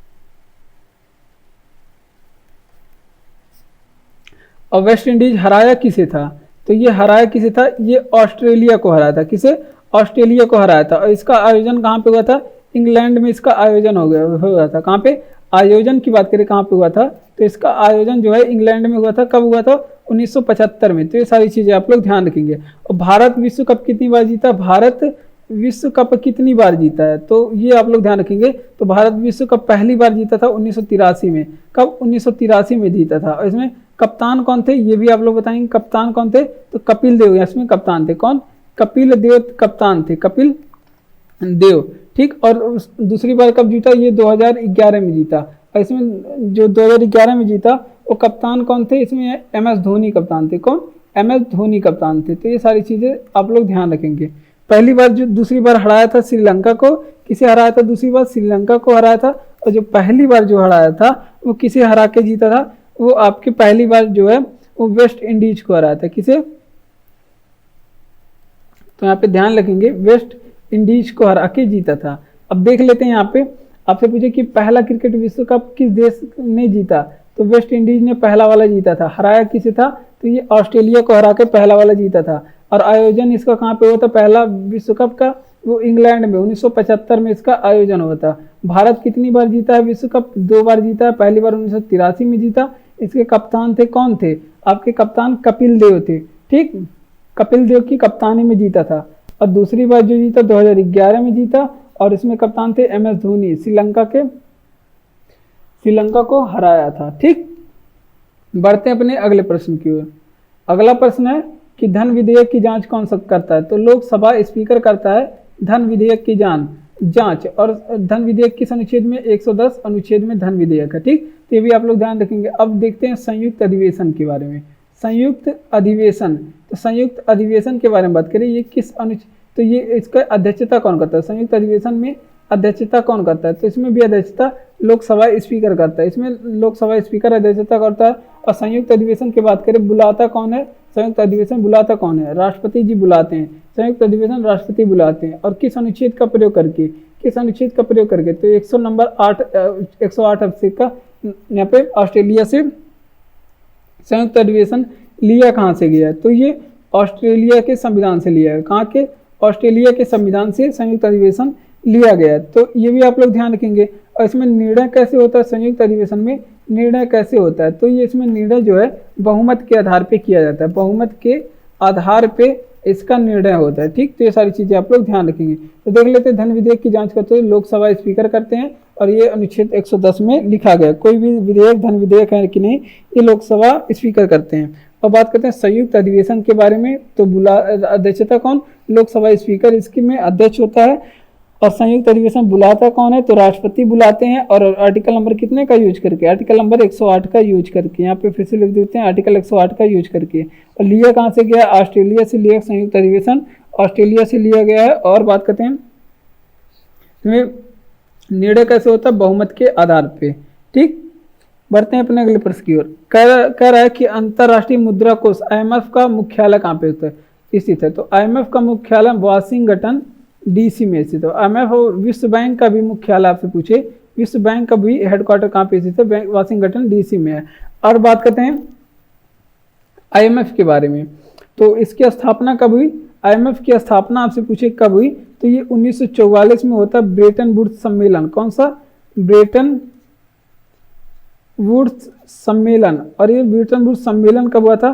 तो ये 1944 में हुआ था। इसके तहत क्या हुआ था? IMF और विश्व बैंक की स्थापना हुई थी। किसकी? IMF प्लस कौन सा? विश्व बैंक की स्थापना हुई थी इसी यहाँ पे सम्मेलन के बाद तहत। ठीक, और बात करते हैं IMF में सदस्य टोटल कितने हैं? IMF में सदस्य कितने हैं? तो 190 सदस्य है IMF में। और 190 में से फिर नवीनतम सदस्य कौन सा है? तो यहाँ पे एंडोरा है नवीनतम सदस्य। कौन सा? एंडोरा है। ठीक, तो ये भी आप लोग ध्यान रखेंगे। और बात करते हैं IMF की मुद्रा क्या होती है? IMF की मुद्रा क्या है? तो IMF की जो मुद्रा SDR बोलते हैं। और वर्तमान अध्यक्ष कौन है? IMF के वर्तमान अध्यक्ष कौन है? तो क्रिस्टलिना जॉर्जिवा है। तो क्रिस्टलिना जॉर्जिवा है IMF की वर्तमान अध्यक्ष। कौन से? क्रिस्टलिना जॉर्जिवा है IMF की वर्तमान अध्यक्ष। ठीक, और सदस्य बना कब भारत? 1945 में। भारत सदस्य कब बना था? 1945 में। ये भी आप लोग ध्यान रखेंगे। देख लेते हैं अंतर्राष्ट्रीय मुद्रा कोष का मुख्यालय कहाँ पे? तो वाशिंगटन DC में। ये USA की कैपिटल भी है वाशिंगटन DC। और विश्व बैंक का हेडक्वार्टर पूछे तो भी कहाँ पे? वाशिंगटन DC में। IMF में सदस्य कितने? 190 सदस्य। जो नवीनतम सदस्य एंडोरा है। IMF की जो स्थापना है 1944 के ब्रेटन वुड्स सम्मेलन के तहत IMF और विश्व बैंक दोनों की स्थापना की गई। और IMF की मुद्रा का क्या नाम है? SDR है IMF की मुद्रा का नाम। ठीक, और वर्तमान में IMF के अध्यक्ष कौन है? क्रिस्टलिना जॉर्जिवा है। अगला प्रश्न है हमारा कि किस संविधान संशोधन के द्वारा मौलिक कर्तव्यों को संविधान में जोड़ा गया? तो इसके लिए होता है 42वां संविधान संशोधन 1976। और इसके तहत कितने संविधान में जोड़े गए? तो इसके तहत प्रारंभ में कितने मौलिक कर्तव्यों को जोड़ा गया? प्रारंभ में कितने मौलिक कर्तव्यों को जोड़ा गया? 10 मौलिक कर्तव्यों को। वर्तमान समय में कितने मौलिक कर्तव्य? 11 मौलिक कर्तव्य। ठीक, और देख लेते हैं सबसे पहले 42वां संविधान संशोधन 1976 के बारे में। इसी के तहत संविधान में कौन से अनुच्छेद को जोड़ा गया? तो अनुच्छेद नंबर 51 के A के जोड़ा गया। अगर पूछे भाग कौन सा जोड़ा गया? तो भाग 4 का क जोड़ा गया संविधान में। और इसे कौन सी समिति की सिफारिश पे की गई थी? कौन सी समिति की सिफारिश में? तो इसके लिए होता है सरदार स्वर्ण सिंह समिति। कौन सी? सरदार स्वर्ण सिंह समिति। तो ये भी आप लोग ध्यान रखेंगे। ठीक, तो इतनी चीजें आप लोग ध्यान रखेंगे। ठीक, और जो 11वां मौलिक कर्तव्य कौन सा था? 11वां वाला जो फंडामेंटल ड्यूटी है वो कौन सा था? इसके तहत कहा गया कि 86वां संविधान संशोधन जो कि 2002 में हुआ था। इसके तहत 6 से 14 वर्ष के बच्चों के लिए क्या शिक्षा का व्यवस्था किया गया है। ठीक, 6 से 14 वर्ष के लिए बच्चों के लिए शिक्षा का प्रावधान किया गया इसके तहत। तो देख लेते हैं कि संविधान संशोधन के द्वारा मौलिक कर्तव्यों को संविधान में जोड़ा गया। तो 42वां संविधान संशोधन 1976 के तहत इसे जोड़ा गया। प्रारंभ में 10 मौलिक कर्तव्य है, नवीनतम वाला जो वर्तमान में 11 मौलिक कर्तव्य। 42वां संविधान संशोधन के तहत इसमें सबसे पहले 11 मौलिक कर्तव्यों को जोड़ा गया, नहीं तो मूल संविधान में यहाँ पे मौलिक कर्तव्यों की बात नहीं थी। और अनुच्छेद इसे 51 के ए में रखा गया, भाग के बारे में 4 के क में रखा गया। और इसमें कौन सी समिति सिफारिश की थी, तो सरदार स्वर्ण सिंह की समिति के सिफारिश पे ये हुआ था। और 11वां जो फंडामेंटल ड्यूटी है वो क्या है, 86वां संविधान संशोधन 2002 के तहत 6 से 14 वर्ष के लिए बच्चों के लिए शिक्षा का प्रावधान किया गया है। ठीक, रेबीज की टीके की खोज किसने की, तो लुईस पास्चर ने क्या किया, रेबीज की टीके की खोज की। ठीक, तो ये भी आप लोग ध्यान रखेंगे। और बात करते हैं रेबीज होता कैसे है, ये पागल कुत्ते के काटने से होता है, पागल कुत्ते के काटने से या फिर कोई भी संक्रमित जो आपके जानवर है उसके काटने से हो जाता है। ठीक, तो ये भी आप लोग ध्यान रखेंगे। इसमें प्रभावित कौन सा अंग होता है, इसमें प्रभावित कौन सा अंग होता है, तो इसमें तंत्रिका तंत्र प्रभावित होती है। क्या, तंत्रिका तंत्र प्रभावित होती है। ठीक, और इसे क्या कहते हैं, रेबीज रोग को क्या हाइड्रोफोबिया कहते हैं, इसे हाइड्रोफोबिया कहते हैं। और हाइड्रोफोबिया के बारे में ध्यान रखेंगे, इसमें क्या होता है, इसमें पानी से डर लगता है, हाइड्रोफोबिया को पानी से डर लगता है। ठीक, आप नहाएंगे धोएंगे नहीं, तो ये भी आप लोग ध्यान रखेंगे। और भारत का रेबीज मुक्त पहला राज्य कौन सा था, भारत का रेबीज मुक्त पहला राज्य कौन सा है, तो गोवा है। भारत का रेबीज मुक्त पहला राज्य कौन, गोवा है। ठीक, तो देख लेते हैं साथ में, आपसे पूछे कि किस रेबीज के टीके की खोज किसने की, लुईस पास्चर ने रेबीज के टीके की खोज की। ठीक, और बात करते हैं पागल कुत्ते के काटने से होता है, प्रभावित कौन सी अंग होती है, तंत्रिका तंत्र इसमें डैमेज होता है। हाइड्रोफोबिया इसमें कहते हैं, इसमें क्या होता है, पानी से डर लगता है। और रेबीज मुक्त भारत का पहला राज्य कौन सा बना है, गोवा है, हर घर जल वाला पहला राज्य। राष्ट्रीय मतदाता दिवस कब मनाते हैं, तो इसे मनाते हैं 25 जनवरी के दिन। 25 जनवरी क्यों, 25 जनवरी 1950 को क्या हुआ था, निर्वाचन आयोग की स्थापना हुई थी। क्या, निर्वाचन आयोग की स्थापना हुई थी।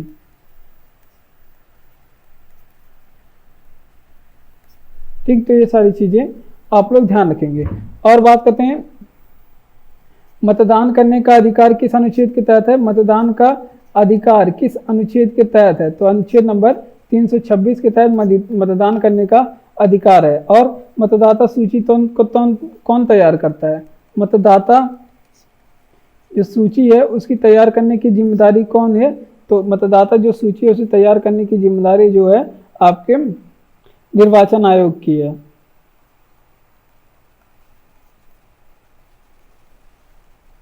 इसका काम कौन किसका है, निर्वाचन आयोग का, निर्वाचन आयोग का। ठीक, तो ये भी आप लोग ध्यान रखेंगे। और बात करते हैं भारत के पहले मतदाता कौन थे, तो यहाँ पे लिख देते हैं भारत के पहले मतदाता, यानी कि सबसे पहले किसने मतदान किया था, तो उनका नाम यहाँ पे लिख देंगे हम जरूर, श्याम शरण नेगी थे। ठीक, इन्होंने सबसे पहले भारत में मतदान किया था। देख लेते हैं साथ में, आपसे पूछे कि राष्ट्रीय मतदाता दिवस कब मनाते हैं, 25 जनवरी के दिन मनाते हैं, क्योंकि 25 जनवरी 1950 को क्या हुआ था, निर्वाचन आयोग की स्थापना हुई थी। ठीक, तो ये भी आप लोग ध्यान रखेंगे। और मतदाता का अधिकार अनुच्छेद 326 में है। और मतदाता सूची तैयार कौन करता है, तो निर्वाचन आयोग के लोग करते हैं यहाँ पे मतदान सूची तैयार। ठीक, भारत के पहले मतदाता कौन थे, तो श्याम शरण नेगी नाम था।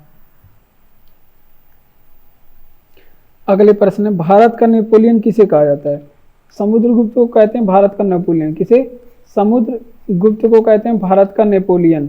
और इसका चित्र मिला था, क्या कर रहा था, इसमें सिक्कों पर ये बीड़ा बजाते हुए चित्र इसका मिला था। ठीक, तो ये भी आप लोग ध्यान रखेंगे, बीड़ा बजाते हुए चित्र मिला, जिसे इसके तहत क्या कहा जाने, इसे संगीत प्रेमी कहा जाने लगा। क्या, संगीत प्रेमी कहा जाने लगा। ठीक, और बात करते हैं इसे एक नाम से, इसका अन्य नाम क्या था, इसे लिच्छवी दोहित्र भी कहा जाता है। क्या, लिच्छवी दोहित्र कहा जाता है, क्योंकि इनकी माता का क्या नाम था, लिच्छवी नाम था, तो इसे लिच्छवी दोहित्र भी कहा जाता है। और इनके दरबार में एक कवि रहते थे, भारत के जो नेपोलियन है ये समुद्रगुप्त, इनके दरबार में एक चिकित्सक रहते थे, जिनका क्या नाम था, इनके दरबार में एक कवि रहते जिसका क्या नाम था, हरिसेन नाम था, ठीक, हरिसेन, ठीक। तो ये भी आप लोग ध्यान रखेंगे। देख लेते हैं साथ में, आपसे पूछे कि भारत का नेपोलियन किसे, समुद्रगुप्त को कहा जाता है। सिक्कों पर बीड़ा बजाते हुए चित्र किसका मिला, समुद्रगुप्त का, जिसके वजह से ये संगीत प्रेमी कहा जाने लगा। और इसका नाम क्या था, लिच्छवी दोहित्र भी इसका अन्य नाम था। बात करते हैं समुद्रगुप्त के दरबार में कौन, हरिसेन रहते थे। अंतिम मुगल सम्राट कौन था, तो अंतिम मुगल सम्राट जो था बहादुर शाह जफर नाम था, ठीक। और प्रथम मुगल सम्राट कौन था, आपसे पूछे कि प्रथम मुगल सम्राट जो था उसका क्या नाम था, तो प्रथम मुगल सम्राट था बाबर। बाबर पहला मुगल सम्राट था। और स्थापना किसने किया, मुगल काल की स्थापना, तो मुगल काल की जो स्थापना है वो किसने किया था,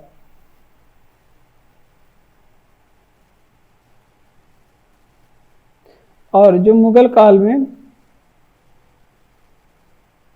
स्थापना भी इसने किया था, बाबर ने किया था। मुगल काल की स्थापना बाबर ने किया था, तो ये भी आप लोग ध्यान रखेंगे।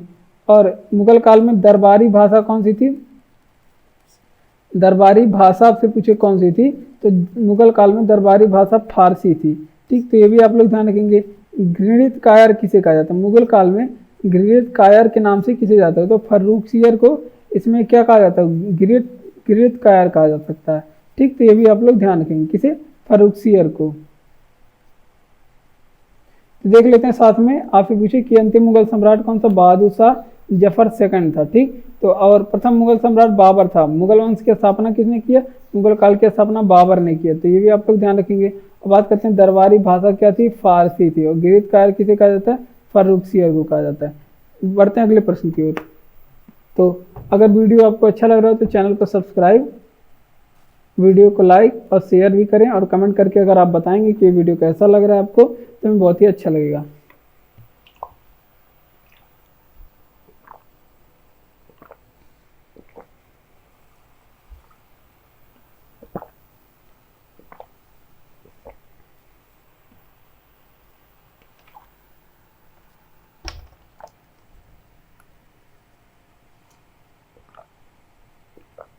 अगला प्रश्न है कि विश्व स्वास्थ्य संगठन की स्थापना कहाँ स्थित है, तो ये जिनेवा स्विट्जरलैंड में स्थित है। कहाँ पे, जिनेवा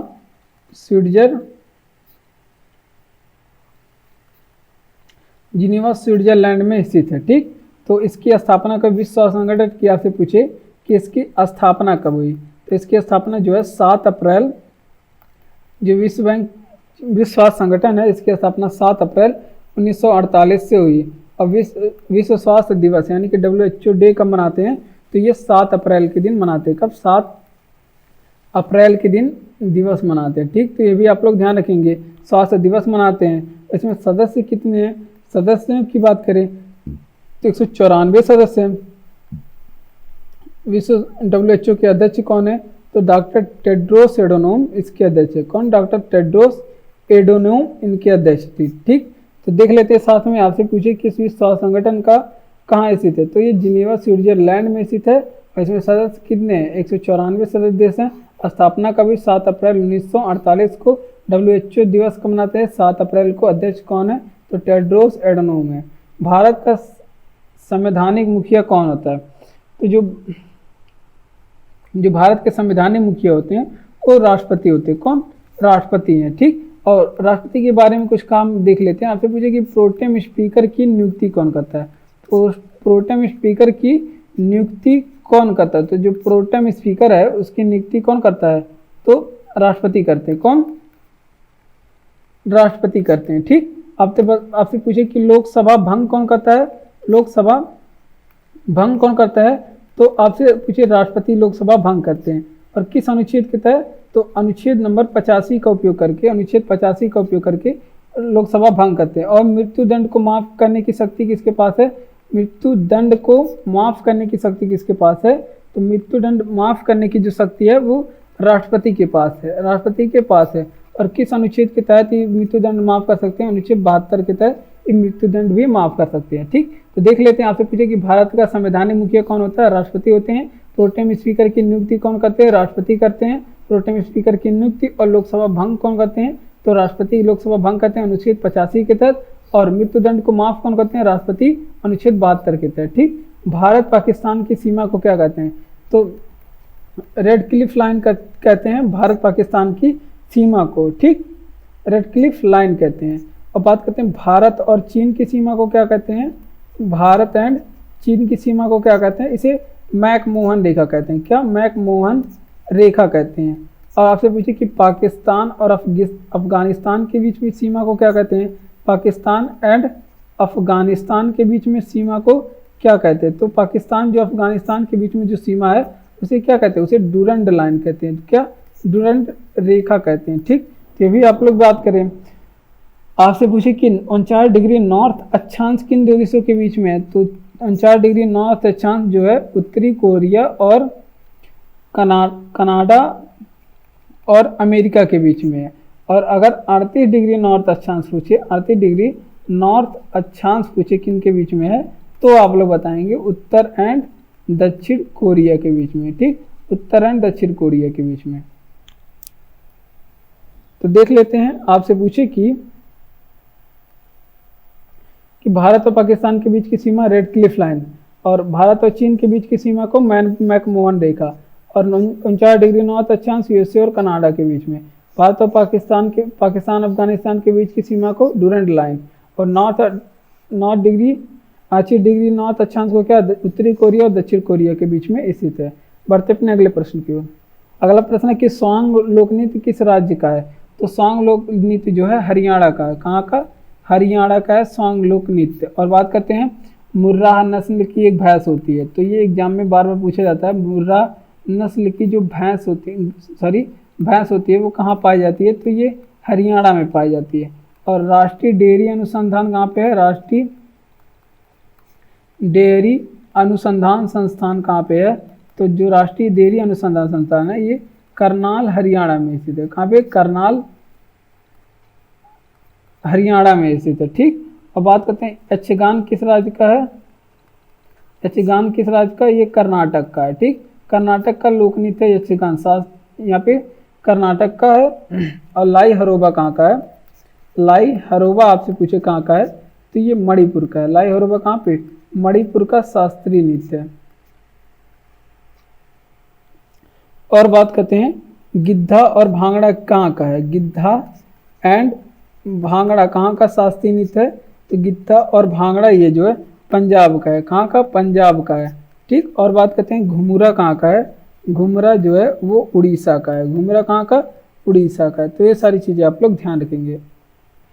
तो सांग लोक नृत्य किस राज्य का? हरियाणा का है। और मुर्रा नस्ल की भैंस कहाँ पाई जाती है? हरियाणा में। और यक्षगान कहाँ का है? कर्नाटक का। गिद्धा भांगड़ा पंजाब का। राष्ट्रीय डेयरी अनुसंधान संस्थान कहाँ पे? करनाल हरियाणा में। और लाई हरोबा कहाँ का है? शास्त्रीय लोक नृत्य मणिपुर का है। और घुमरा कहाँ का लोक नृत्य है? ये उड़ीसा का है। भारत का पहला परमाणु संयंत्र कौन सा है? तो भारत का पहला परमाणु परीक्षण कब हुआ था? 1974 में हुआ था। कहाँ पे? पोखरण राजस्थान में। पोखरण राजस्थान में हुआ था। और इसका नाम पूछा जाता है क्या था? तो स्माइलिंग बुद्धा इसका नाम था। क्या? स्माइलिंग बुद्धा इसका नाम था। ठीक, अगर पूछे कि दूसरा वाला कहाँ पे परमाणु परीक्षण हुआ, तो 1989 में हुआ। दूसरा वाला क्या हुआ था? 1998 में हुआ था। और ये कहाँ पे हुआ था? ये भी आपके पोखरण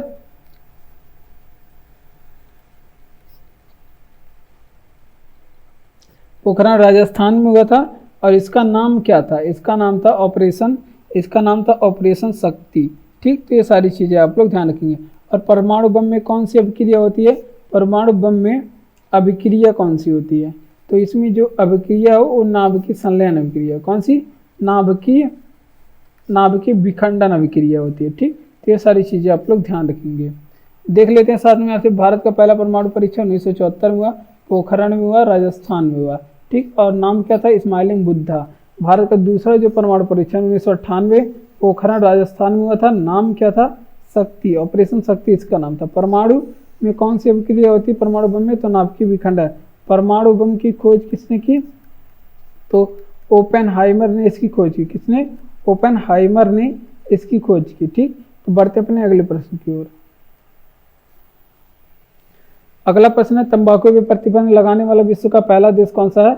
भूटान क्या किया था? विश्व का पहला देश है जो 2004 में तंबाकू में प्रतिबंध लगा दिया था। और तंबाकू का सर्वाधिक उत्पादन देख लेते हैं किस राज्य में क्या होता है। तो तंबाकू का जो सर्वाधिक उत्पादन है विश्व में, देखें विश्व में पर तंबाकू का सर्वाधिक उत्पादन कहाँ पे होता है? तो चीन में होता है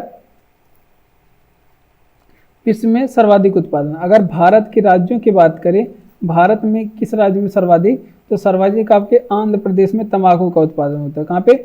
आंध्र प्रदेश। लेकिन अभी हमें नया डाटा मिला था, कौन सा? आंध्र प्रदेश। और नया डाटा के अनुसार हमारे पास जो है नया डाटा, उसमें क्या बता रहा था? गुजरात बता रहा था। ठीक, तो ये आप लोग चेक करके हमें बताएंगे। ठीक, अब बात करते हैं तंबाकू शोध संस्थान कहाँ पे है? तंबाकू शोध संस्थान ये कहाँ पे स्थित है? तो ये राजमुंद्री आंध्र प्रदेश में स्थित है। कहाँ पे?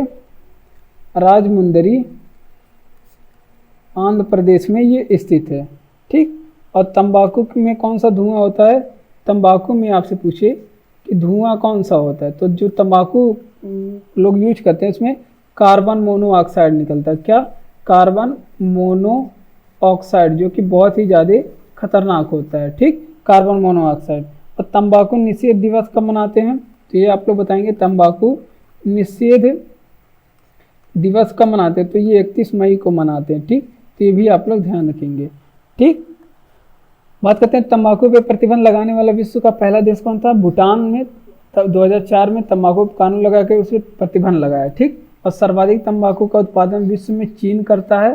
भारत के राज्यों में सबसे ज़्यादा तंबाकू उत्पादन आंध्र प्रदेश करता है। ठीक, और नया डाटा के अनुसार गुजरात करता है।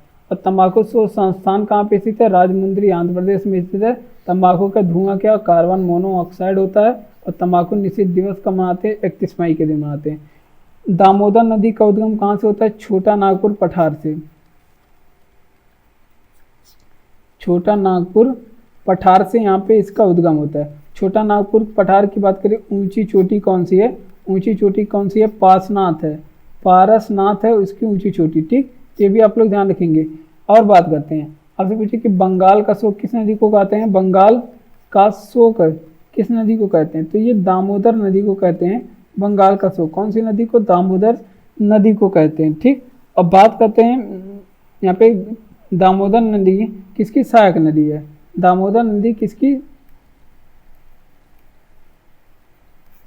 सहायक नदी है? तो दामोदर नदी गंगा की सहायक नदी। किसकी? गंगा की सहायक नदी। ये भी आप लोग ध्यान रखेंगे। कुछ दामोदर नदी पे बांध बने हुए, जैसे पंचेत बांध, पंचेत बांध बने हुए हैं। ठीक, और दुर्गा बैराज बांध, दुर्गा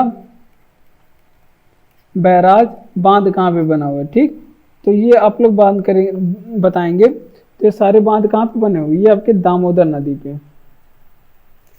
दामोदर नदी पे बने हुए हैं। तो देख लेते हैं, आपसे पूछिए दामोदर नदी का उद्गम कहाँ से? छोटा नागपुर पठार को। ठीक, यहाँ पे ऊंची चोटी क्या है? पारसनाथ है। इस ऊंची के बंगाल का शोक किसे कहा जाता है? दामोदर नदी को कहा जाता है। सहायक नदी किसकी सहायक नदी है? गंगा की वितरिका है। गंगा की क्या है? सॉरी, गंगा की सहायक नदी है। जो आपकी हुगली नदी है वो गंगा की वितरिका है। बात करते हैं पंचेत बांध और दुर्गा बैराज बांध, ये कहाँ पे स्थित है? ये आपके दामोदर नदी पे स्थित है। और विजय स्तंभ कहाँ स्थित है? तो विजय स्तंभ जो है चित्तौड़गढ़ में स्थित है। कहाँ पे? चित्तौड़गढ़ में स्थित है। और बात करते हैं स्वर्ण मंदिर, आपसे पूछे कहाँ पे स्थित है? स्वर्ण मंदिर आपसे पूछे कहाँ पे स्थित है? तो ये अमृतसर पंजाब में स्थित है। कहाँ पे? अमृतसर पंजाब में। अब बात करते हैं इसकी स्थापना किसने की? गुरु रामदास ने। ठीक, आपसे पूछे कि चार मीनार कहाँ पे स्थित है? चार मीनार कहाँ पे स्थित है? तो ये आपके चार मीनार जो है आपके कहाँ पे स्थित है? ये हैदराबाद में स्थित है। और आपसे पूछे कि कुतुब मीनार कहाँ पे स्थित है? तो ये आपके दिल्ली में स्थित है। ठीक, और इसका निर्माण किसने करवाया था? कुतुब मीनार का निर्माण किसने करवाया था? ऐबक ने करवाया था। ताजमहल कहाँ पे स्थित है? ताजमहल तो ये आगरा में स्थित है। कहाँ पे? आगरा में स्थित है। तो फिर से देख लेते हैं।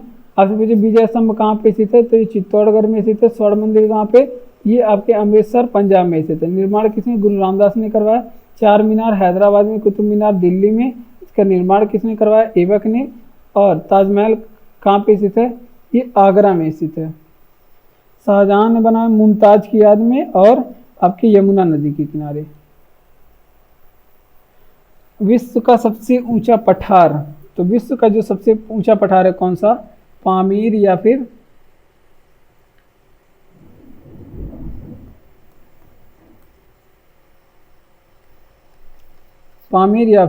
तिब्बत का पठार।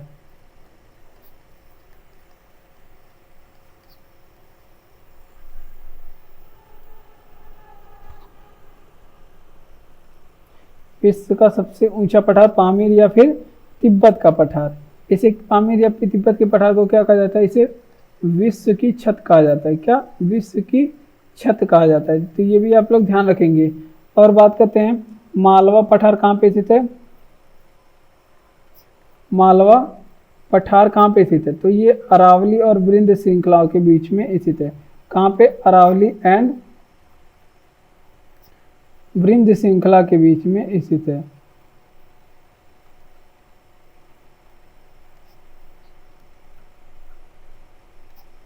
और आपसे पूछा कि धारावाड़ पठार कहाँ पे स्थित है?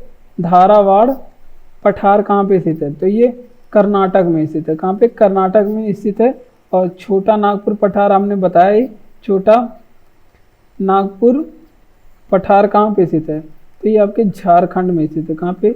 झारखंड में स्थित है। और बात करते हैं, आपसे पूछिए कि भारत का सबसे ऊंचा पठार कौन सा है? भारत का ऊंचा पठार कौन सा है? भारत का जो ऊंचा पठार है वो लद्दाख पठार है। कौन सा? लद्दाख पठार है। और इसके अलावा आपसे पूछिए कि लोएस्ट पठार कहाँ पे पाए जाते हैं? लोएस्ट पठार कहाँ पे पाए जाते हैं? ये चीन में पाए जाते हैं। कौन से? चीन में पाए जाते हैं। टेलीग्राफिक पठार कहाँ पे पाए जाते हैं? टेलीग्राफिक जो पठार है ये कहाँ पे पाए जाते हैं? उत्तरी अटलांटिक महासागर में। अगला प्रश्न है, विश्व का सबसे ऊंचा पठार पामीर पठार या फिर तिब्बत का पठार? मालवा का पठार कहाँ पे? अरावली एवं विंध्य श्रृंखला के बीच में। धारावाड़ पठार कहाँ पे? कर्नाटक में। भारत का सबसे ऊंचा पठार जो है लद्दाख का पठार है। छोटा नागपुर पठार कहाँ पे? झारखंड में। लोएस्ट पठार कहाँ पे? चीन में पाए जाते हैं। और टेलीग्राफिक पठार उत्तरी अटलांटिक महासागर में। अब बात करते हैं जिप्सम का सर्वाधिक उत्पादन कहाँ पे होता है? राजस्थान में होता है जिप्सम का सर्वाधिक उत्पादन। ठीक। और जस्ता का सर्वाधिक उत्पादन कहाँ पे? जस्ता का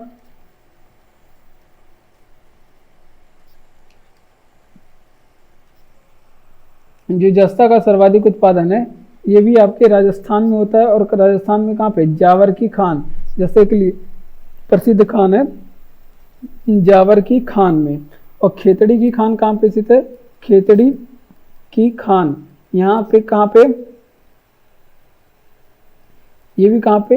राजस्थान में है। खेतड़ी की खान राजस्थान में। यहाँ से तांबा निकाला जाता है। क्या? तांबा निकाला जाता है। ठीक। तो ये भी आप लोग ध्यान रखेंगे। और केसर का सर्वाधिक उत्पादन पूछे, केसर का सर्वाधिक उत्पादन पूछे तो ये हो जाएगा आपका जम्मू कश्मीर। जम्मू कश्मीर केसर का सर्वाधिक उत्पादन। आपसे पूछे कि भारत में गन्ने का सर्वाधिक उत्पादन कहाँ पे? तो उत्तर प्रदेश में गन्ने का सर्वाधिक उत्पादन पाया जाता है। और विश्व में अदरक का सर्वाधिक उत्पादन कहाँ पे? विश्व में अदरक का सर्वाधिक उत्पादन कहाँ पे? तो ये भारत में होता है। ठीक। भारत में होता है। देख लेते हैं साथ में। आपसे पूछे कि जिप्सम का सर्वाधिक उत्पादन राजस्थान में होता है। जस्ते का सर्वाधिक उत्पादन जो है वो आपके राजस्थान में जावर की खान में होता है। बात करें खेतड़ी की खान प्रसिद्ध क्यों है? राजस्थान में तांबा निकाला जाता है खेतड़ी खान से। और वेस्टर्न केसर का सर्वाधिक उत्पादन जम्मू कश्मीर। गन्ने का सर्वाधिक उत्पादन उत्तर प्रदेश। और विश्व में अभ्रक का सर्वाधिक उत्पादन भारत करता है। बढ़ते अपने अगले प्रश्न की ओर। अगला प्रश्न है कि लौह पुरुष किस महापुरुष को कहा जाता है? तो सरदार पटेल को लौह पुरुष कहा जाता है। इनकी एक मूर्ति बनी हुई है जिसको क्या कहते हैं? एकता की मूर्ति, स्टैचू ऑफ इक्वलिटी, एकता की मूर्ति। ये कहाँ पे बनी हुई है? ये आपके नर्मदा जिले में बनी हुई है, नर्मदा जिला, और कहाँ पे? गुजरात में बना हुआ है। ठीक, तो ये भी आप लोग ध्यान दे रहा। और बात करते हैं कराची अधिवेशन, सॉरी, तो सबसे पहले आप लोग बारदोली आंदोलन देखेंगे। बारदोलन नहीं,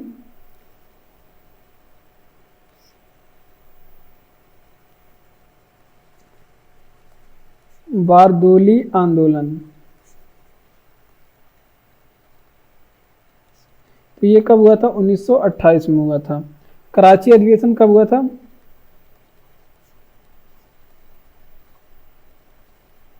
तो ये हुआ 1931 में। और वहीं पे देख लेंगे पंजाब केसरी किसे कहते हैं? पंजाब केसरी लाला लाजपत राय को। किसे? लाला लाजपत राय को पंजाब केसरी। और राष्ट्रपिता किसे कहते हैं? राष्ट्रपिता किसे कहते हैं? ये महात्मा गांधी जी को। ठीक, और नेताजी किसे कहते हैं? नेताजी इस सुभाष चंद्र बोस को कहते हैं। किसे? सुभाष चंद्र बोस को। देख लेते हैं लौह पुरुष किस महापुरुष को? सरदार पटेल को। इनकी याद में एकता भूमि बनाई गई नर्मदा जिले में और गुजरात में। ठीक, और बात करते हैं बारदोली आंदोलन 1928 में हुआ, और कराची अधिवेशन भी 1939 में, 1931 में हुआ था। कराची अधिवेशन जो है, कराची अधिवेशन 1931 में, और बारदोली आंदोलन 1928 में। पंजाब केसरी लाला लाजपत राय को, राष्ट्रपिता आपके गांधी जी को, और नेताजी जिसे सुभाष चंद्र बोस को।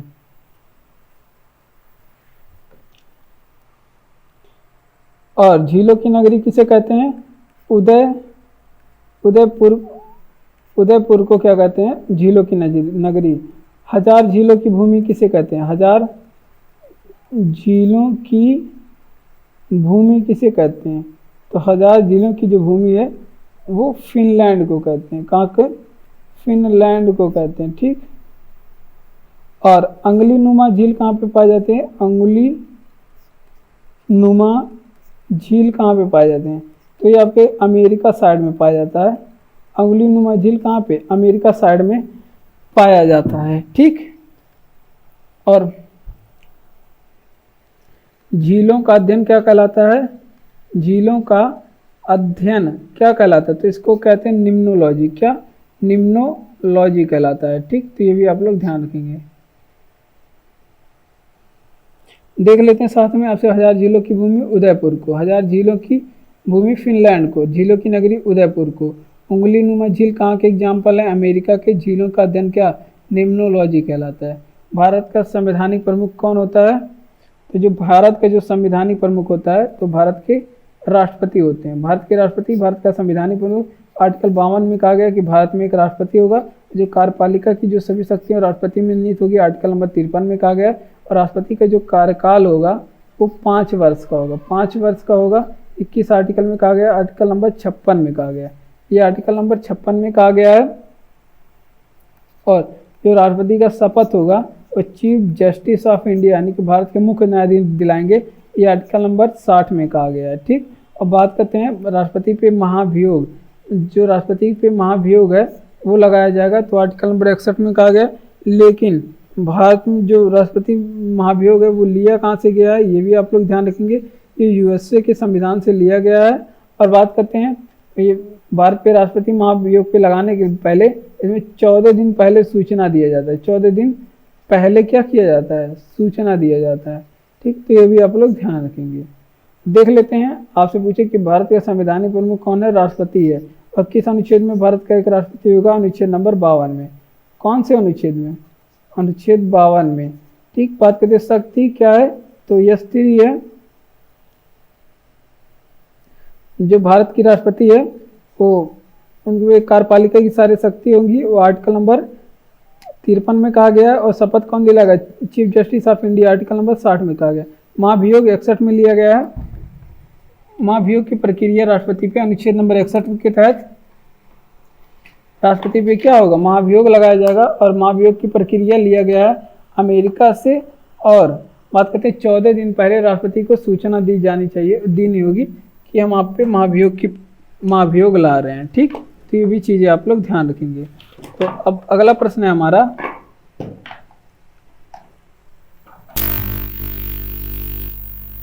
अगला है हमारा कि विश्व का सबसे लंबा रेल मार्ग कौन सा है? तो ट्रांस साइबेरिया रेल मार्ग है। ट्रांस साइबेरिया जो रेल मार्ग है विश्व का सबसे लंबा रेल मार्ग है। और ये कहाँ से? ये रूस में स्थित है। और रूस से कहाँ तक, कहाँ से जाता है? तो ये सेंट पीटर्सबर्ग से लेके ये जाता है आपका व्लादिवोस्तोक तक, व्लादिवोस्तोक तक। ठीक, तो ये भी आप लोग ध्यान रखेंगे। और केप काहिरा रेल मार्ग कहाँ का है? केप काहिरा रेल मार्ग, तो ये है आपका अफ्रीका का सबसे लंबा रेल मार्ग, अफ्रीका का सबसे लंबा रेल मार्ग। और बात करते हैं ये कहाँ से कहाँ तक जाता है? ये मिस्र की राजधानी काहिरा से लेके दक्षिण अफ्रीका तक जाता है, दक्षिण अफ्रीका तक। और ऑस्ट्रेलियन रेल मार्ग की बात करें, ऑस्ट्रेलियन रेल मार्ग, और ऑस्ट्रेलियन रेल मार्ग की बात करें ये कहाँ पे स्थित है? ये ऑस्ट्रेलिया का सबसे लंबा रेल मार्ग है। क्या? ऑस्ट्रेलिया का सबसे लंबा रेल मार्ग है। और ये कहाँ से कहाँ तक जाता है? इस सिडनी से जाता है पर्थ तक। कहाँ से? सिडनी से पर्थ तक जाता है। तो ये सारी चीज़ें आप लोग ध्यान रखेंगे। तो देख लेते हैं विश्व का सबसे लंबा रेल मार्ग ट्रांस साइबेरियन रेल मार्ग है। कहाँ से? रूस से निकलता है, रूस में है, सेंट पीटर्सबर्ग से व्लादिवोस्तोक तक जाता है। केप काहिरा रेल मार्ग ये अफ्रीका का सबसे लंबा रेल मार्ग है। कहाँ से? काहिरा से लेकर दक्षिण अफ्रीका तक जाता है। मिस्र की राजधानी है ये काहिरा। कहाँ की राजधानी? मिस्र की। बात करते हैं ऑस्ट्रेलियन रेल मार्ग कहाँ पे स्थित है? तो ऑस्ट्रेलिया का सबसे लंबा रेल मार्ग है सिडनी पर्थ में स्थित है, सिडनी से लेकर पर्थ तक जाता है। बेकिंग सोडा का रासायनिक नाम क्या है? तो NaHCO3 बेकिंग सोडा का रासायनिक नाम है। बेकिंग सोडा को क्या कहते हैं? इसे सोडियम बाइकार्बोनेट कहते हैं। क्या? Sodium bicarbonate. ठीक, और बात करते हैं सोडियम बाइकार्बोनेट या फिर खाने का सोडा कहते हैं, खाने का सोडा कहते हैं, या फिर क्या कहते हैं इसे मीठा सोडा भी कहते हैं। क्या? मीठा सोडा भी कहते हैं। ठीक, आपसे पूछे कि धोवन सोडा का रासायनिक फार्मूला क्या है? धोवन सोडा का रासायनिक फार्मूला क्या है? तो इसका रासायनिक फार्मूला है Na2CO3 10H2O, इसका फार्मूला है। ठीक, तो ये भी आप लोग ध्यान रखेंगे। तो देख लेते हैं, आपसे पूछे कि लॉफिंग गैस का फार्मूला बताइए, लॉफिंग गैस का फार्मूला बताइए। ये भी एग्जाम में पूछा जाता है। तो N2O है लॉफिंग गैस का फार्मूला। बात करते हैं यूरिया में, यूरिया के बारे में बात करें, यूरिया का, तो इसमें इसको क्या कहते हैं? कार्बामाइड कहते हैं, कार्बामाइड। और इसमें कौन क्या होता है? तो CO फिर कोष्टक में NH2 का होल थ्राइज होता है, CONH2 का होल थ्राइज। ठीक, सॉरी होल स्क्वायर होता है, इसको क्या बोलते हैं? तो देख लेते हैं, आपसे पूछे कि बेकिंग सोडा का रसायन NaCO3 और सोडियम बाइकार्बोनेट के बारे में बताइए। खाने का सोडा इसे कहते हैं या फिर मीठा सोडा कहते हैं। यूरिया का क्या? कार्बामाइड कहते हैं, Na2O3 सॉरी CO कैसे लिख देते हैं? CONO2 फिर क्वेश्चन में यहाँ पे 2 रहेगा। और लाफिंग गैस का बात करें N2O इसका फार्मूला, और धोवन सोडा को Na2CO3 10H2O होता है। अमरकंटक किस नदी का उद्गम स्थल है? तो अमरकंटक जो है वो नर्मदा नदी का उद्गम स्थल है। और बात करते हैं नर्मदा की लंबाई कितनी है? नर्मदा की लंबाई कितनी है? 1312 किलोमीटर है नर्मदा की लंबाई। और वह प्रवाहित कहाँ पे होती है? वो अपने भ्रंश घाटी में बहती है। प्रवाहित कहाँ पे? अपने भ्रंश घाटी में बहती है। ठीक, तो ये भी आप लोग ध्यान रखेंगे। और बात करते हैं ये, और नर्मदा का अधिकांश भाग किस राज्य में बहता है? अधिकांश तो ये मध्य प्रदेश में बहती है। कहाँ पे? मध्य प्रदेश में बहती है। ठीक, तो ये भी आप लोग ध्यान रखेंगे। और कुछ चीज़ें हैं इसमें, जैसे सरदार सरोवर बांध, सरदार सरोवर बांध है तो ये नर्मदा नदी पे, लेकिन इसका उपयोग कौन करता है? नर्मदा नदी पे। तो ये गुजरात में ये है इंदिरा सागर बांध।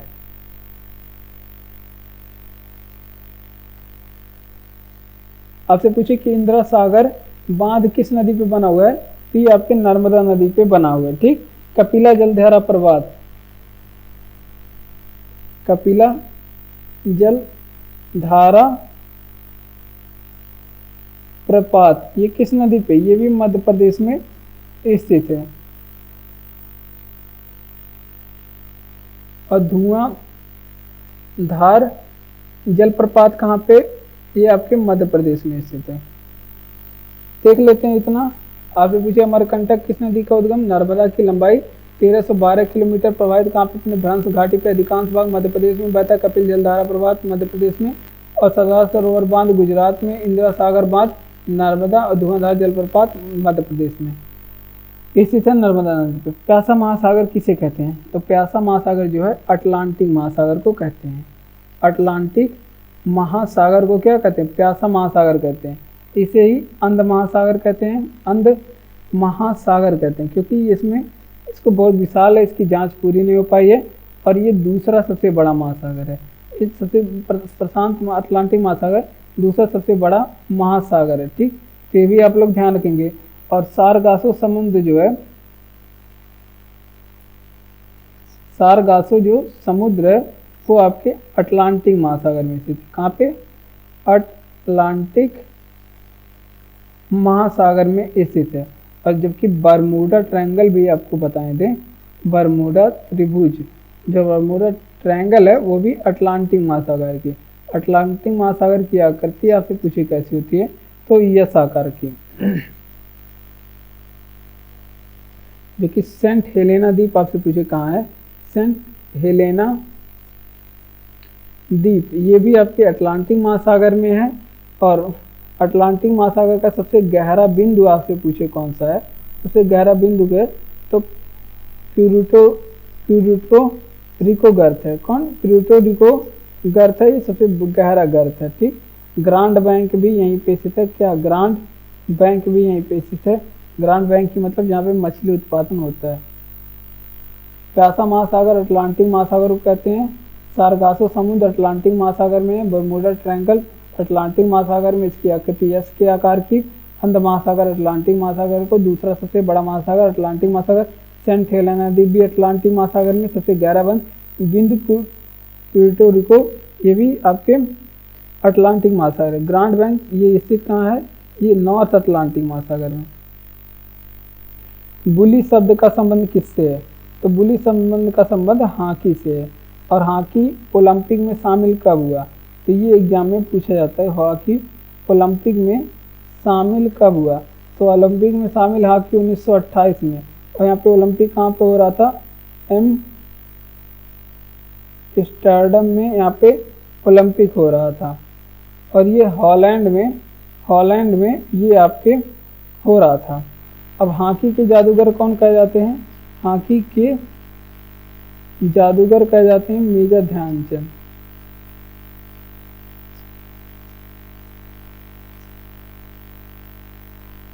मेजर ध्यानचंद की आत्मकथा क्या है? मेजर ध्यानचंद की आत्मकथा का क्या नाम है? गोल है मेजर ध्यानचंद की आत्मकथा का नाम। मेजर ध्यानचंद के दिवस पे क्या बनाते हैं? इसमें खेल दिवस मनाते हैं, खेल दिवस। और इनका जन्म कब हुआ था? ये 29 अगस्त को इसी दिन खेल दिवस मनाते हैं, राष्ट्रीय खेल दिवस। ये भी आप लोग ध्यान रखेंगे। तो देख लेते हैं बुली शब्द का संबंध किससे है? हॉकी से है। और इसमें आत्मकथा कौन सा है? गोल है। मेजर ध्यानचंद को हॉकी का जादूगर कहा जाता है। ओलंपिक शामिल कब हुआ? 1928 के एम्स्टर्डम ओलंपिक हॉलैंड में हो रहा था। ओलंपिक दिवस कब मनाते हैं? 19 अगस्त को मनाते हैं। अगला प्रश्न है कि सवाना घास के मैदान कहाँ पे पाए जाते हैं? अफ्रीका में। ये कैसा मैदान है? उष्ण कटिबंधीय मैदान है। कहाँ के? उष्ण कटिबंधीय मैदान है, सवाना घास। और वेल्स, जबकि वेल्स घास आपसे पूछे कहाँ पाए जाते हैं? वेल्स नामक घास कहाँ पे पाए जाते हैं? ये साउथ अमेरिका में, सॉरी साउथ अफ्रीका में पाए जाते हैं। कहाँ पे? साउथ अफ्रीका में पाए जाते हैं। और डाउन्स घास कहाँ पे? तो ये ऑस्ट्रेलिया में, ऑस्ट्रेलिया में डाउन्स नामक घास पाए जाते हैं। और बात करते हैं पंपास घास के मैदान कहाँ पे? तो ये वेनेजुएला में पाए जाते हैं। वेनेजुएला में पंपास घास के मैदान पाए जाते हैं। और बात करते हैं टुंड्रा घास के मैदान,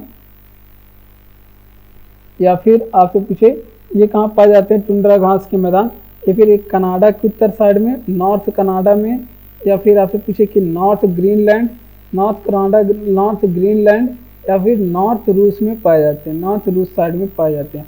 मंचूरिया घास के मैदान कहाँ पे? मंचूरिया घास के मैदान ये चीन में पाए जाते हैं, मंचूरिया घास चीन में। और जबकि स्टेपी घास आपसे पूछे, स्टेपी घास आपसे पूछे तो वो कहाँ पाए जाते हैं? आपके यूरेशिया में पाए जाते हैं, यूरेशिया में पाए जाते हैं। तो देख लेते हैं साथ में। आपने सवाना घास के मैदान अफ्रीका में, उष्णकटिबंधीय घास है वेल्स घास के मैदान साउथ अफ्रीका में, डाउन्स घास के मैदान ऑस्ट्रेलिया में, पंपास वेनेजुएला में, टुंड्रा घास के मैदान नॉर्थ कनाडा, नॉर्थ ग्रीनलैंड और नॉर्थ रूस साइड में, मंचूरिया घास के मैदान चीन में, स्टेपी घास के मैदान यूरेशिया। आईन अकबरी के लेखक कौन है? तो अबुल फजल हैं आईन अकबरी के लेखक। कौन? अबुल फजल हैं आईन अकबरी के लेखक। और अबुल फजल ने ही अकबरनामा की रचना की। क्या? अकबरनामा इन्होंने लिखा। ठीक, तो ये भी आप लोग ध्यान रखेंगे। और बात करते हैं इनका जन्म, अबुल फजल का जन्म कहाँ पे हुआ था? तो इनका जन्म नागौर में हुआ था। कहाँ पे? नागौर। और नागौर कहाँ पे? राजस्थान में अबुल फजल का जन्म हुआ था। और आगे चल के अबुल फजल की जो हत्या है तो वीर सिंह बुंदेला ने कर दिया। वीर सिंह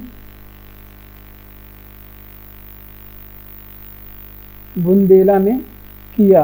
अबुल फजल और टोडरमल ये सभी अकबर के दरबार में रहते थे।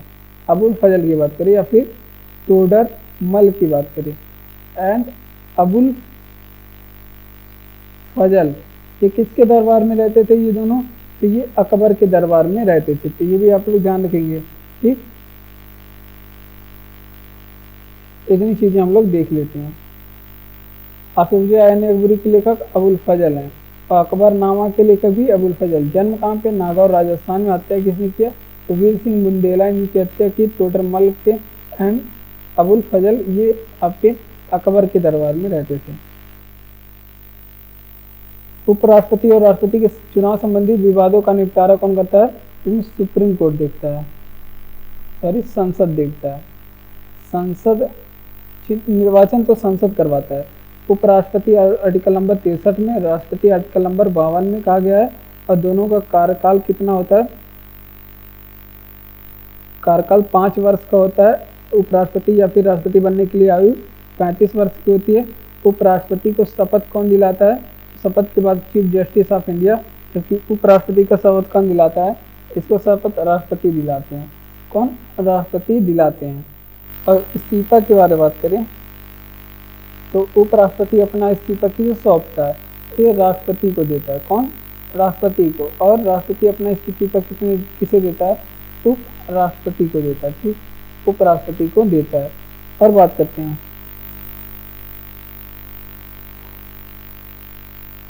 भारत के पहले मुख्यमंत्री कौन थे?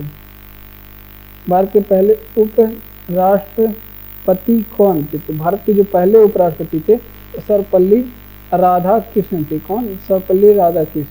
और वर्तमान समय में भारत के उपराष्ट्रपति कौन है? तो उनका क्या नाम है? जगदीप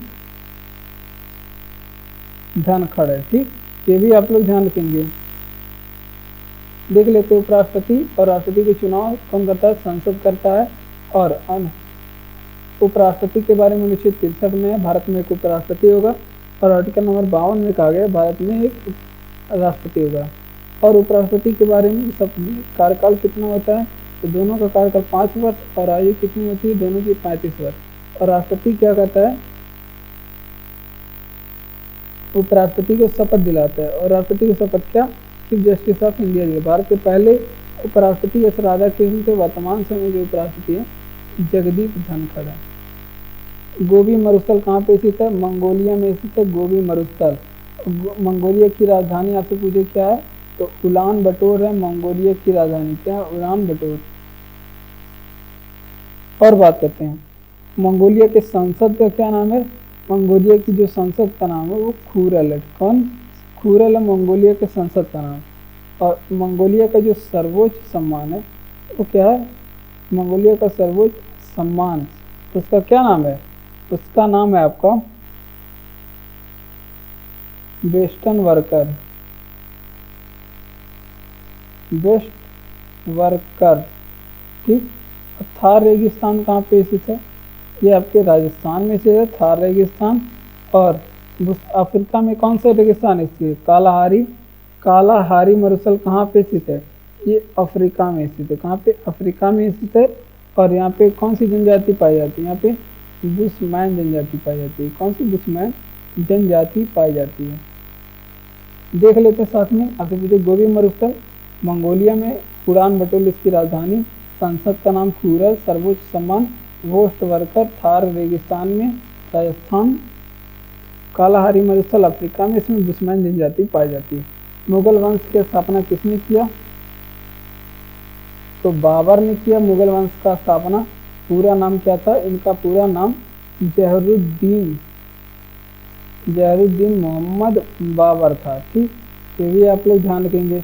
इन्होंने उपाधि किस चीज़ की धारण की? बाबर ने उपाधि किस चीज़ की धारण की थी? तो इन्होंने गाजी की उपाधि धारण, किसकी? गाजी की उपाधि धारण की थी।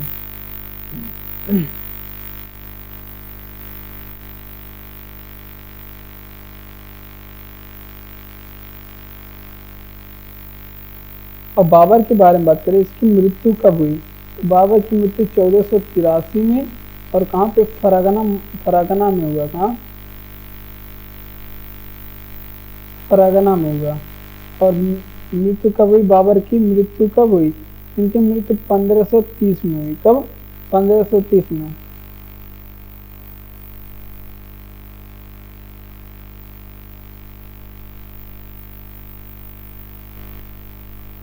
आपसे पूछे कि मुगल वंश का पहला शासक कौन था? मुगल वंश का पहला शासक कौन था? तो बाबर था मुगल वंश का पहला शासक। और बात करते हैं बाबरनामा के लेखक कौन है?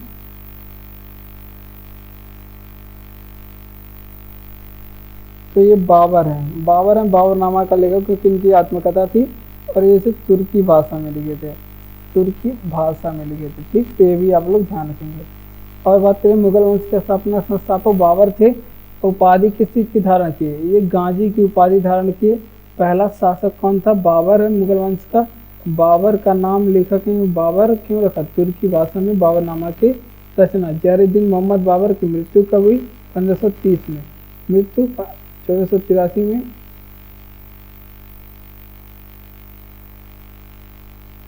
जन्म की बात करें तो 1483 में फरागना में हुआ था। बढ़ते अपने अगले प्रश्न की ओर। सत्यार्थ प्रकाश की रचना किसने की? तो दयानंद सरस्वती ने किया सत्यार्थ प्रकाश की रचना। इनका मूल नाम क्या था? इनका मूल नाम जो क्या था? मूल शंकर था। क्या था? मूल नाम इनका मूल शंकर था। और बात करते हैं इन्होंने नारा दिया कौन सा? इन्होंने नारा दिया कि वेदों की ओर लौटो, वेदों की ओर लौटो का नारा दिया, ठीक। अब बात करते हैं शुद्धि आंदोलन के संस्थापक भी कौन थे? शुद्धि आंदोलन के संस्थापक यही थे। शुद्धि आंदोलन के संस्थापक भी यही थे। और बात करते हैं आर्य समाज की स्थापना। आर्य समाज की स्थापना के बारे में बात करें, इनको आर्य समाज की स्थापना 1875 में की है, ठीक। तो सारी बातें हो गई। और सत्यार्थ प्रकाश की रचना दयानंद सरस्वती। मूल नाम क्या था? मूल शंकर था। और नारा दिया वेदों की ओर लौटो का। शुद्धि आंदोलन के संस्थापक। और आर्य समाज की स्थापना 1875 में। सबसे प्राचीनतम वेद कौन सा है? तो सबसे प्राचीनतम वेद है ऋग्वेद। और सबसे नवीनतम वेद कौन सा है? सबसे नवीनतम वेद कौन सा है? अथर्ववेद। सबसे नवीनतम वेद कौन सा है? अथर्ववेद है। और ये ऋग्वेद की जो रचना है वो कब हुई? तो ये ऋग्वैदिक काल में। कब? ऋग्वैदिक काल में। आपसे पूछे कि गायत्री मंत्र का उल्लेख, गायत्री मंत्र किस मंडल में है? तो वो तीसरे मंडल में, तीसरे मंडल में है और समर्पित किसे है, ये सूर्य को समर्पित है। ठीक, और जो आपके जो सोम देवता का उल्लेख है, सोम देवता का उल्लेख ये किस मंडल में है, तो वो आपके 9वें मंडल में है। सोम देवता का उल्लेख किस मंडल में, 9वें मंडल में है। और आपके चतुष्वर्ण समाज किस मंडल में है, चतुष्वर्ण समाज किस मंडल में है, तो ये आपके 10वें मंडल में है। कब, 10वें मंडल में है। ठीक, और बात करते हैं, तो इतनी चीज़ें आप लोग ध्यान रखेंगे। तो देख लेते हैं आपसे सबसे प्राचीन वेद ऋग्वेद, सबसे नवीनतम वेद अथर्ववेद, सबसे पुराना एक रचना ऋग्वैदिक काल में गायत्री मंत्र का उल्लेख तीसरे मंडल में सूर्य के लिए है, और सोम देवता का उल्लेख 9वें मंडल में, चतुष्वर्ण समाज ब्राह्मण क्षत्रिय वैश्य शूद्र 10वें मंडल में। तो बढ़ते हैं। तो धन्यवाद, आज की वीडियो में बस इतना ही। वीडियो अच्छा लगा तो लाइक करें, चैनल को सब्सक्राइब करें, वीडियो को शेयर करें अपने दोस्तों में, और खुश रहिए, पढ़ते रहिए। मिलते हैं अगले वीडियो में।